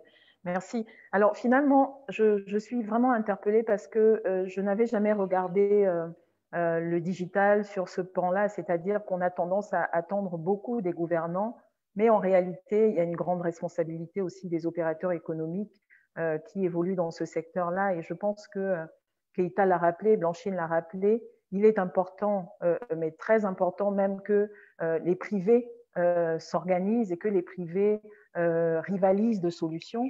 Et j'ai aussi retenu un exemple, un bel exemple qui pour moi reste pragmatique. Je l'ai dit à l'entame de ce webinaire, il est important de donner des solutions pragmatiques et concrètes.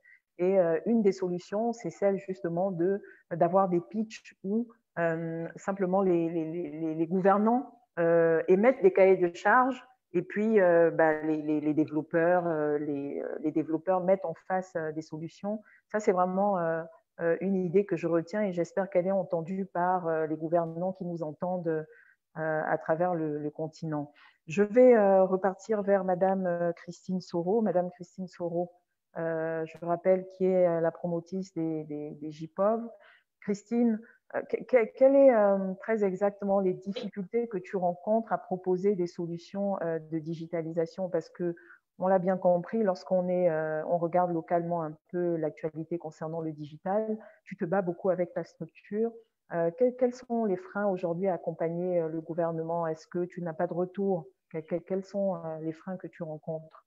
En tout cas, que l'écosystème auquel tu appartiens, parce qu'on a aujourd'hui d'autres plateformes qui militent pour le digital, mais j'imagine que les problèmes que tu rencontres doivent être les mêmes. Quels sont les problèmes que tu rencontres à justement faire porter des projets qui pourraient accompagner justement la bonne gouvernance dont se félicite? D'accord. Donc, merci Rose. Mais tout déjà, je rejoins Mohamed. Je pense qu'avant de parler des gouvernants, on doit parler d'abord de nous-mêmes, start-up ou PME, qui avons décidé d'entrer dans ce combat historique, en fait. Et en tant qu'entrepreneur ou entrepreneuse dans le digital, il faut dire que le fait que je sois femme cause quand même, je ne sais pas s'il faut dire un problème de crédibilité, mais en tant que femme, il faut dire que ce n'est pas très facile, pas souvent très facile. L'autre point, c'est au niveau de la solidarité. Donc, je disais tout à l'heure que j'ai apprécié cette information que Mohamed a donnée. Ils se sont mis, je pense, à 400 startups ou entrepreneurs dans le digital pour soutenir le gouvernement, donc apporter des solutions. Et au Gabon, je pense qu'il y a beaucoup d'efforts encore à ce niveau. Il faut que les entrepreneurs du digital s'unissent, se mettent ensemble, soient solidaires pour construire une véritable puissance incontournable. Et comme il le disait tout à l'heure, qui va contraindre plus ou moins le gouvernement à se référer aux solutions qu'on aura dans les mains. Et l'autre aspect que j'aimerais aborder, ce sont les difficultés à donner aux femmes, principalement que je forme, ou même à ces hommes à qui j'offre un pan, bien sûr, tout le nécessaire. Qu'est-ce que je veux dire? Si je prends l'exemple du programme Femmes et infographistes, sur près de 1500, 1200, 1500 inscriptions, donc sollicitations, à présent, je n'ai pu former que 450 depuis 2018. Donc, j'essaie de faire des vagues de 50, 50, 50. Et vous avez dû voir au début de la vidéo le projet de construction d'une salle multimédia dédiée aux femmes, mais nous allons accueillir aussi les hommes, qui va former les femmes et les jeunes filles dans les métiers du numérique et dans le digital en gros. Donc, l'une des difficultés, c'est que je manque de moyens, pour ne pas dire nous manquons de moyens au sein de DigiWomen, qui puissent répondre à la demande que nous avons. Les gens veulent se former. Je crois qu'aujourd'hui, on n'est plus à l'étape de sensibilisation sur pourquoi le digital, pourquoi. Naturellement, tout le monde est sur le web et tout naturellement, chacun pour sa part comprend selon le domaine d'activité dans lequel il opère. Même, je prends un exemple. Quand vous voyez le phénomène des make-up, celles qui font le make-up, vous voyez un peu, elles veulent animer leur page. Elles admirent celles qui sont à l'étranger, qui arrivent à bien animer, brander leur page réseaux sociaux, Facebook, LinkedIn, etc.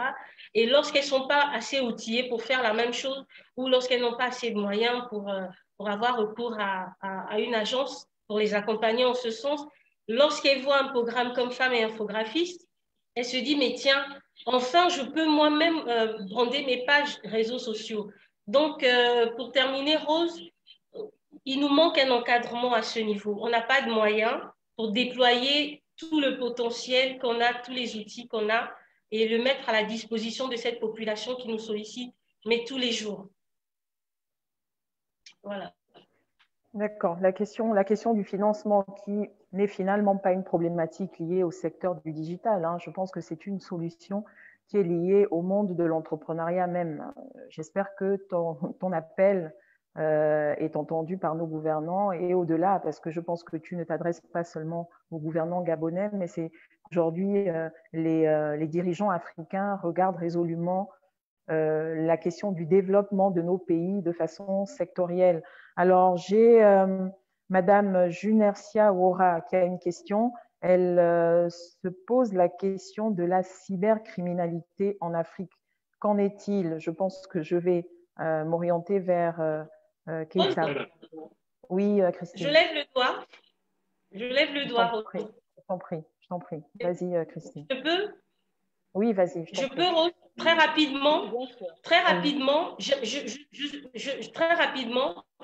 J'aimerais justement aborder une bonne nouvelle que le Hub Africa, que je salue encore, le Hub Africa que je salue encore, nous a annoncé hier 200 000, si je ne me trompe pas, $200 000 pour les meilleurs projets start-up à postuler avant le 21 août. Et ça soulève vous nous donnerez donc toutes les modalités. Une problématique que je pense...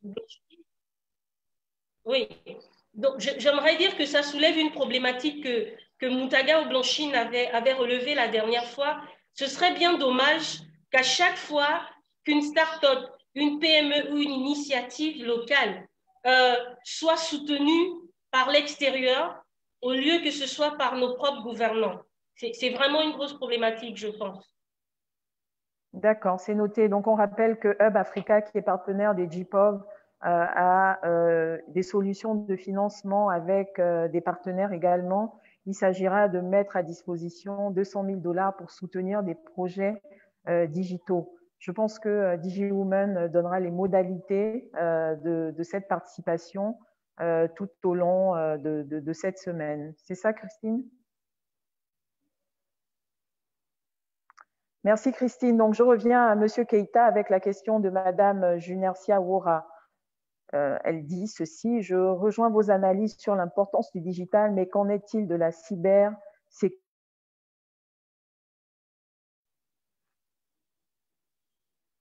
Allô, vous me recevez?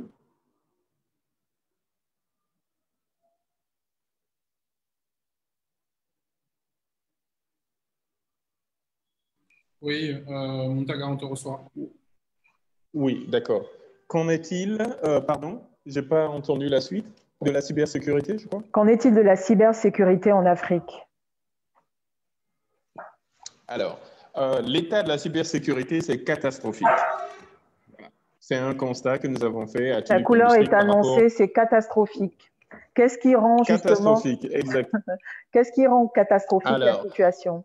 On ne fait même pas attention à certaines choses. Vous voyez des ministres qui vous donnent une carte de visite avec une adresse email Gmail, avec une adresse email Yahoo, avec une adresse email Outlook.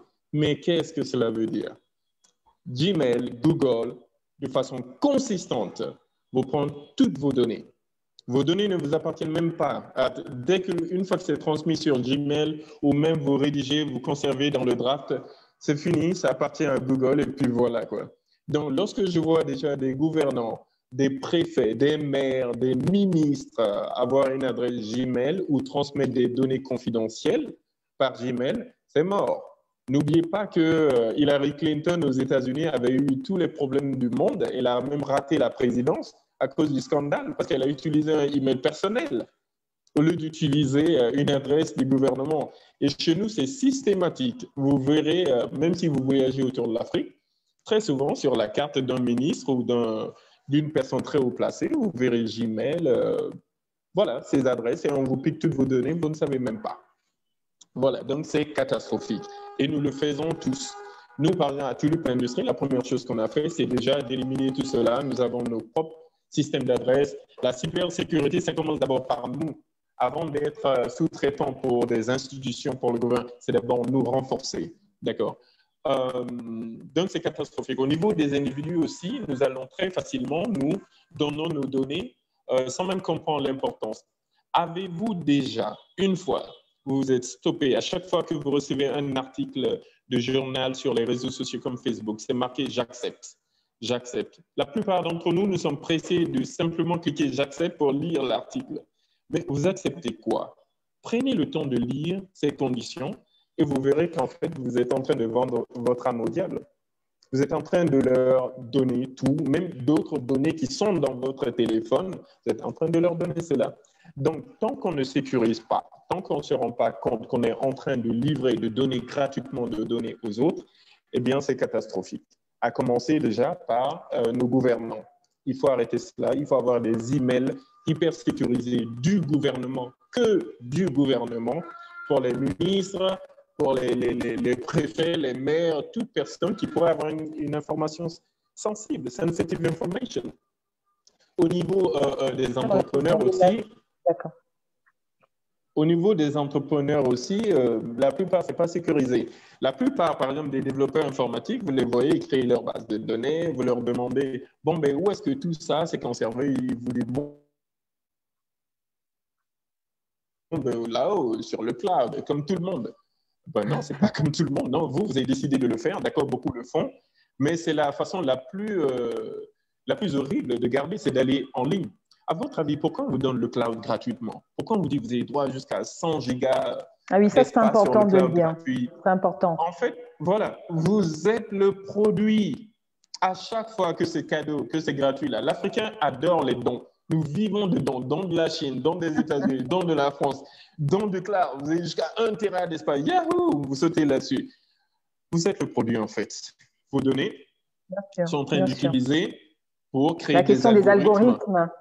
Voilà, des algorithmes. Nous, par exemple, à Tulipe, ce qu'on a fait, bon, on a eu comme on a l'opportunité d'avoir 7 étages, bon, à un étage bien précis dont je ne dirai pas le nom, eh bien, c'est dédié à notre data center. Nous avons commencé petit, en commençant par un rack. Là, nous en avons maintenant une vingtaine de racks avec des serveurs G9, c'est-à-dire hyper minces. Donc, et puis la virtualisation aussi, un serveur se démultiplie en 4. Donc, nous conservons toutes les données là. En tant que sous-traitant pour les institutions aussi, nous faisons transiter les données là, mais tout est là au niveau national. Rien n'est sur un cloud. Le cloud, c'est nous. Et tout est contrôlable, tout est auditable par ceux qui nous donnent ces contrats. Donc voilà. En fait, il faut commencer d'abord par se sécuriser soi-même. Commencez par sécuriser vos emails et aussi les articles de journaux dont vous êtes pressés à lire en ligne. Là. Arrêtez de cliquer « Accept » et voilà. Merci beaucoup Keïta. C'est une réalité dont on n'a pas forcément conscience et surtout dans nos entreprises qui sont continuellement en danger. On utilise des emails personnels, Yahoo, Gmail.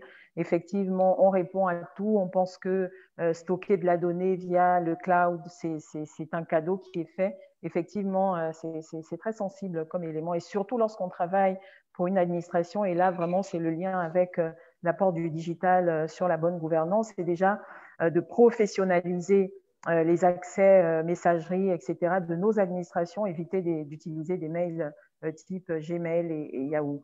Je vais passer la parole à Blanchine. Je pense que M. Keïta, nous reviendrons pour votre mot de fin. Je vais passer la parole à Blanchine qui va nous parler de cybersécurité et qui va nous donner son mot de fin sur la question du digital et de la bonne gouvernance. Blanchine, je t'en prie. Rose, en fait, moi, je n'aborde pas la cybersécurité parce que ce n'est pas mon domaine, mais je parle plus de la cybercriminalité parce que donner plus d'accès au digital, non seulement à nos gouvernants, parce qu'ils sont aussi victimes de la cybercriminalité.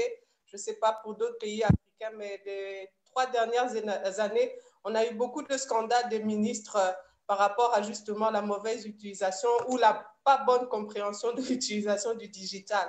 Donc, quand on parle non seulement d'entrepreneurs, aux simples citoyens, aujourd'hui, l'arnaque à l'Internet est devenue monnaie courante, surtout pour nos populations africaines qui aiment les voyages, etc. Donc, on l'a dit dès le début, moi, je veux rebondir sur ça et je vais sortir par là en disant que c'est important non seulement de former les gens sur l'utilisation du digital, mais sur une utilisation efficace et sécuritaire pour eux-mêmes d'abord. Parce que souvent, que ce soit sur Facebook ou ailleurs, les gens reçoivent des messages et c'est parce qu'ils ne sont juste pas alertes, pas éduqués, que cette plateforme ou ces outils du digital ne sont pas utilisés que par des gens qui leur veulent du bien. Aujourd'hui, l'Afrique fait face à la pédopornographie. Aujourd'hui, on parle justement même de transactions financières qui peuvent être hackées. On peut parler aussi de l'exploitation, de l'esclavage moderne, où beaucoup de jeunes filles africaines sont victimes justement de cybercriminels parce qu'elles ne savent pas comment utiliser, que ce soit les réseaux sociaux et les autres. Je reçois beaucoup de gens qui vous transfèrent des emails qu'ils ont reçus et qui leur promettent qu'ils ont gagné à la fondation Bill Gates, etc. Donc, on se demande comment des adultes qui ont des diplômes universitaires restent tant naïfs. Donc, quand on va mettre sur place, parce que je pense que ce webinaire a donné cet élément premier à nos gouvernements, créer des curriculums sur le digital, non seulement sur l'utilisation de l'outil en termes de technologie, mais aussi sur la compréhension et la protection individuelle. J'ai aimé ce que mon collègue vient de dire parce que c'est une réalité en RDC où on a des ministres qui ont aussi des boîtes Gmail. Et c'est pas plus tard que ce mardi, le nom de domaine .cd est tombé pendant toute une journée. Et moi, en tant qu'entrepreneur, je devais soumettre une offre à une grande corporate et je n'ai pas pu l'envoyer. Donc, maintenant, il fallait envoyer des SMS pour s'excuser et imaginer l'image que ça donne à des entrepreneurs comme nous, que le nom de domaine, qui est celui aussi de la présidence, peut tomber d'un mardi de 12h jusqu'au lendemain de 12h. Donc, c'était catastrophique et tout ça, c'est parce qu'il n'y a pas de cybersécurité.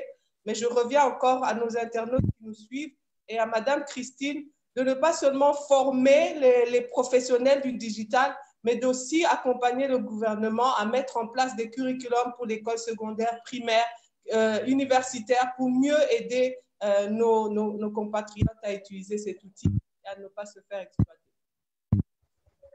Merci Blanchine. Christine Soro, le mot est passé, c'est de créer des curriculums, des modules pour accompagner la formation dans nos écoles, du primaire au supérieur, des modules pour former au digital. Je reviens donc vers Mohamed. Mohamed qui va nous parler de ces 4C et va conclure sur la question du digital et de la bonne gouvernance. Mohamed, la parole est à toi. Merci Rose. En ce qui me concerne, je dirais que en ce qui concerne la bonne gouvernance et la digitalisation, les choses se mettent en place. Il faut continuer à fournir des efforts de la part des différentes parties prenantes, que ce soit les gouvernants et les acteurs, hein, les opérateurs économiques. Je pense qu'il y a un point aussi qui a été évoqué qui concerne l'éducation. Elle est extrêmement importante.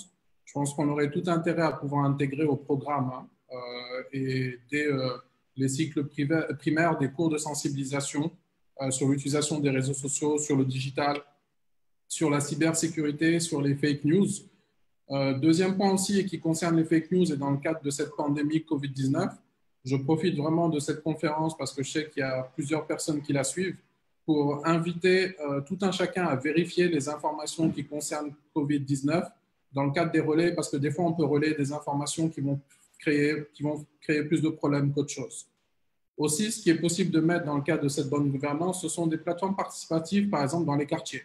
Aujourd'hui, vous avez la possibilité avec des outils très simples en ligne, hein, tels que WordPress. D'accord, très bien. Mohamed, tu nous entends? Oui, je vous entends et vous? C'est parfait. Vas-y, je t'en prie. Donc, je disais, aujourd'hui, vous avez la possibilité avec des outils tels que WordPress de mettre en place des plateformes participatives dans les quartiers. On peut créer des groupes WhatsApp dans les quartiers pour poser des questions simples sur la gestion dans les quartiers et pour recueillir les idées pour améliorer la vie au sein des communautés. Je pense aussi qu'on a compris que le digital, c'est une chose, mais que le plus important, c'est le leadership et notre capacité à pouvoir passer de l'idée à l'action qui sera importante. Donc, vraiment intégrer ces cours de leadership dans les écoles. Pour finir et revenir sur les 4C, je pense que quelle que soit la situation dans la vie, on a vraiment le choix de choisir comment est-ce qu'on interprète les situations. Je pense que lorsqu'on participe à une conférence, et vraiment bravo à tous, on décide d'être solution, d'apporter des solutions aux problématiques et aux challenges qu'on voit dans nos environnements. Ces solutions, pour moi, elles peuvent se baser sur une approche qui est en construction, qui est l'approche des 4C. Donc, le premier C, c'est celui de la croissance. C'est vraiment de comprendre qu'il n'y a aucun raccourci, il faut passer par des étapes. Aucun raccourci ne conduit à la qualité de vie, il faut passer par les étapes. Le deuxième C, c'est celui de la co-construction. Nous avons la possibilité, grâce à des techniques d'open innovation, tout à l'heure nous parlions de business reverse pitch, de pouvoir co-construire des solutions qui sont utiles et durables pour les communautés. Le troisième C, c'est la conscience. C'est vraiment penser à cette responsabilité que nous avons sur l'environnement, la responsabilité que nous avons vis-à-vis des différentes parties prenantes de l'écosystème avant de prendre les décisions. Et le quatrième C, qui est extrêmement important, sans lequel on ne peut pas faire tout ce que nous sommes en train de faire, c'est la confiance. Développer la confiance en soi, la confiance en l'autre et rétablir la confiance avec les gouvernements et les organisations. Peut-être penser à une autre forme de contrat social. Et je pense que pour ce quatrième C, il y a quelques applications qui peuvent se faire. En tout cas, il faut y travailler. C'est d'être authentique avec soi-même. C'est d'essayer de faire en sorte que chaque jour, nous puissions vivre cette journée comme un chef-d'œuvre. Aider les autres, ne pas oublier de lire d'excellents livres qui peuvent nous aider à avancer. On a toute une littérature qui est disponible sur Internet. Se préparer et anticiper sur les jours qui seront peut-être difficiles et vraiment patienter. Ne pas oublier que patienter, c'est faire en attendant. Chacun de nous ici a la possibilité de mettre en place une action qui va contribuer à la bonne gouvernance. Donc, il ne nous reste qu'à passer à l'action. En tout cas, c'est ce que je nous souhaite et je vous remercie de nous avoir suivis. Merci Rose. Merci infiniment Mohamed. Je vais passer la parole à Keïta pour son mot de fin et ensuite Madame Christine Soro va clôturer ces 3 jours enrichissants. Keïta, je t'en prie. Alors, moi, ce que j'aimerais finir avec aujourd'hui, c'est ce que j'aimerais expliquer plutôt, c'est l'Afrique, nous sommes 1 milliard, presque 300 millions d'habitants. Très bientôt, dans 5 ans, nous serons dans les 2 milliards. Et on prédit que vers 2100, la moitié de la planète sera africaine. Prendre, copier, coller directement, c'est pas bon. Mais ce qu'on peut faire, c'est prendre ce qui est de bon chez les autres, décortiquer. Nous faisons la même chose ici à Tulip Industries. Nous faisons beaucoup de reverse engineering. Il y a des produits, par exemple, qui sont très chers des matières premières. Ben, nous voyons, quand nous les achetons, le premier produit arrivé, nous le démontons carrément pour voir qu'est-ce qui est magique dedans, comment c'est fait. Avec une imprimante 3D, on essaie de répliquer cela. Il y a déjà, par exemple, des écrans tactiles ici que nous avons pu répliquer. Voilà, il n'y a aucune magie.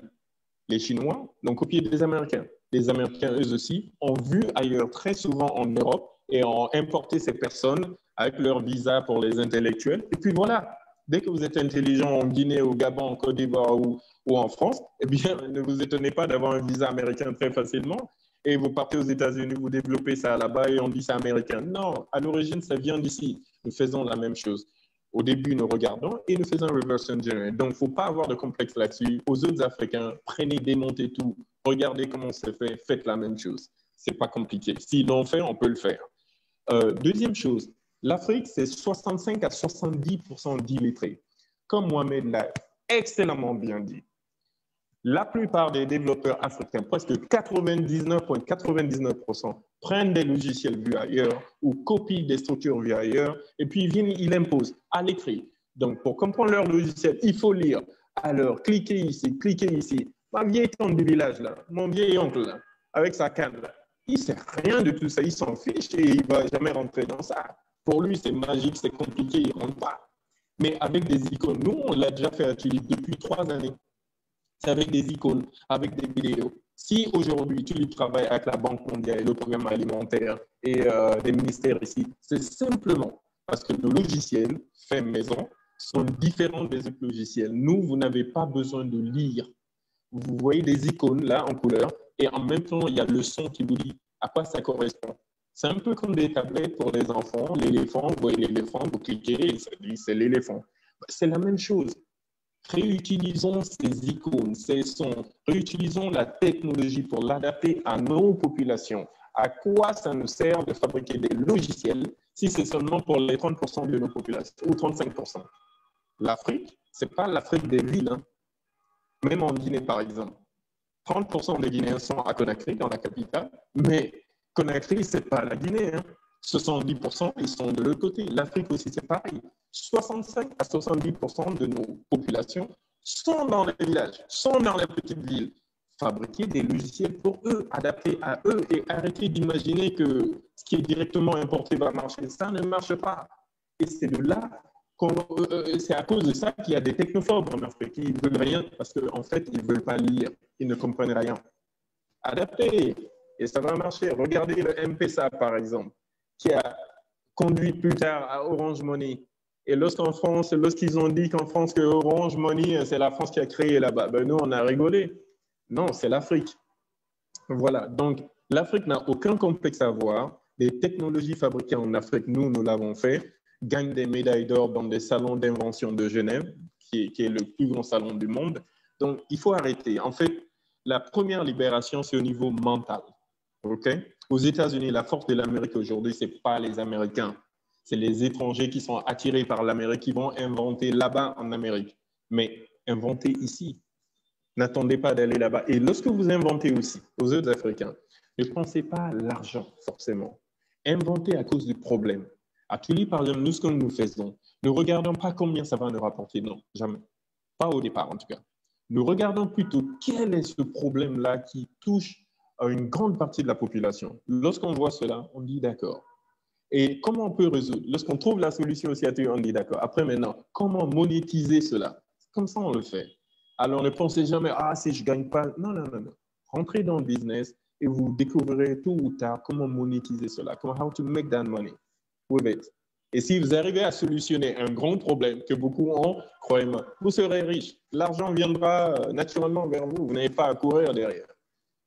Et voilà. Merci beaucoup. Merci, Keïta, pour ce mot de fin. La conclusion, c'est qu'il faille oser. Encore oser. Et puis, si nous devons nous inspirer, c'est de contextualiser avec nos réalités. C'est le mot, vraiment, le maître mot, c'est oser. Et en fait, je retiens le 4e C de Mohamed qui dit la confiance entre opérateurs économiques, la confiance entre gouvernants.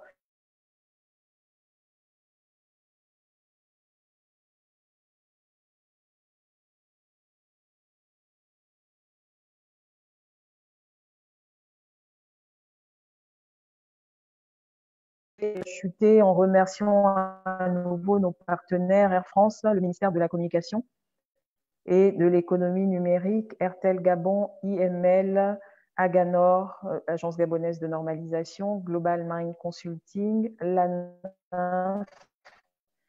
et Stage Consulting. Merci pour ces 3 jours enrichissants.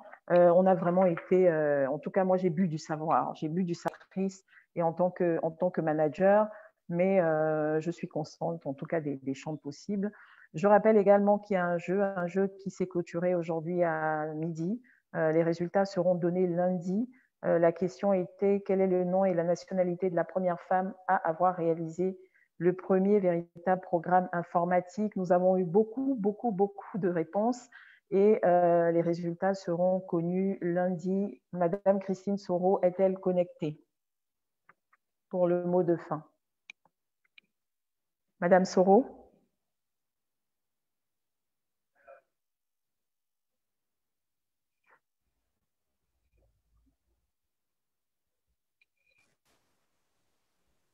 Allô? Madame Soro est-elle connectée pour son mot de fin? Oui, je suis connectée. Christine? Mot de fin. Permettez-moi. Oui, c'est bon, vous m'entendez? Oui, bien sûr, on t'écoute. Alors, comme mot de fin, je tiens à remercier, mais très, très, très chaleureusement, la marraine de cet événement qui nous a accompagnés et qui attend justement qu'on mette en place, je ne sais pas s'il faut dire un livre blanc, qui va être en même temps comme un plaidoyer auprès du gouvernement, qui certainement d'ailleurs nous suit actuellement. Et j'aimerais remercier les intervenants, je veux dire, Mohamed, Tariq, Moutaga, Jean-Louis, Karl, la coach Blanchine. J'espère que je n'oublie personne, je crois que oui. Et bien sûr, je ne peux oublier la brillante Rose. Voilà, Rose qui a vraiment bien su tenir cet événement et qui a contribué donc à la réussite. Mais vraiment bravo Rose. J'aimerais, avant de terminer, remercier tous nos partenaires qui ont cru à cet événement, qui ont cru à ce projet, je veux dire. Je cite Air France, je cite l'incubateur multisectoriel de Libreville, je cite le ministère de la Communication et de l'Économie numérique, je cite Airtel Gabon, je cite Aganor, Agence gabonaise de normalisation, et je remercie vraiment la nymphe, voilà. Je remercie de tout cœur tous les partenaires qui nous ont accompagnés. Je ne saurais oublier ceux sans qui cet événement n'aurait pas eu cette ampleur. Je cite les participants que j'aimerais qu'on applaudisse vraiment. En espace de 2 jours, nous avons atteint des records. Et j'aimerais vraiment vous dire merci. Merci pour votre mobilisation. Merci aussi parce que vous êtes un signe que ce sujet vous intéresse la cité africaine. Et dorénavant, je pense que c'est un rendez-vous qui va réunir mais vraiment la crème de la crème des ministres du digital, comme je les appelle. Donc, vraiment, vive les JPOV, journée porte ouverte virtuelle. Vive la prochaine édition et on se dit à très bientôt. Bravo à tous. Bravo. À bientôt. Bravo. À très bientôt.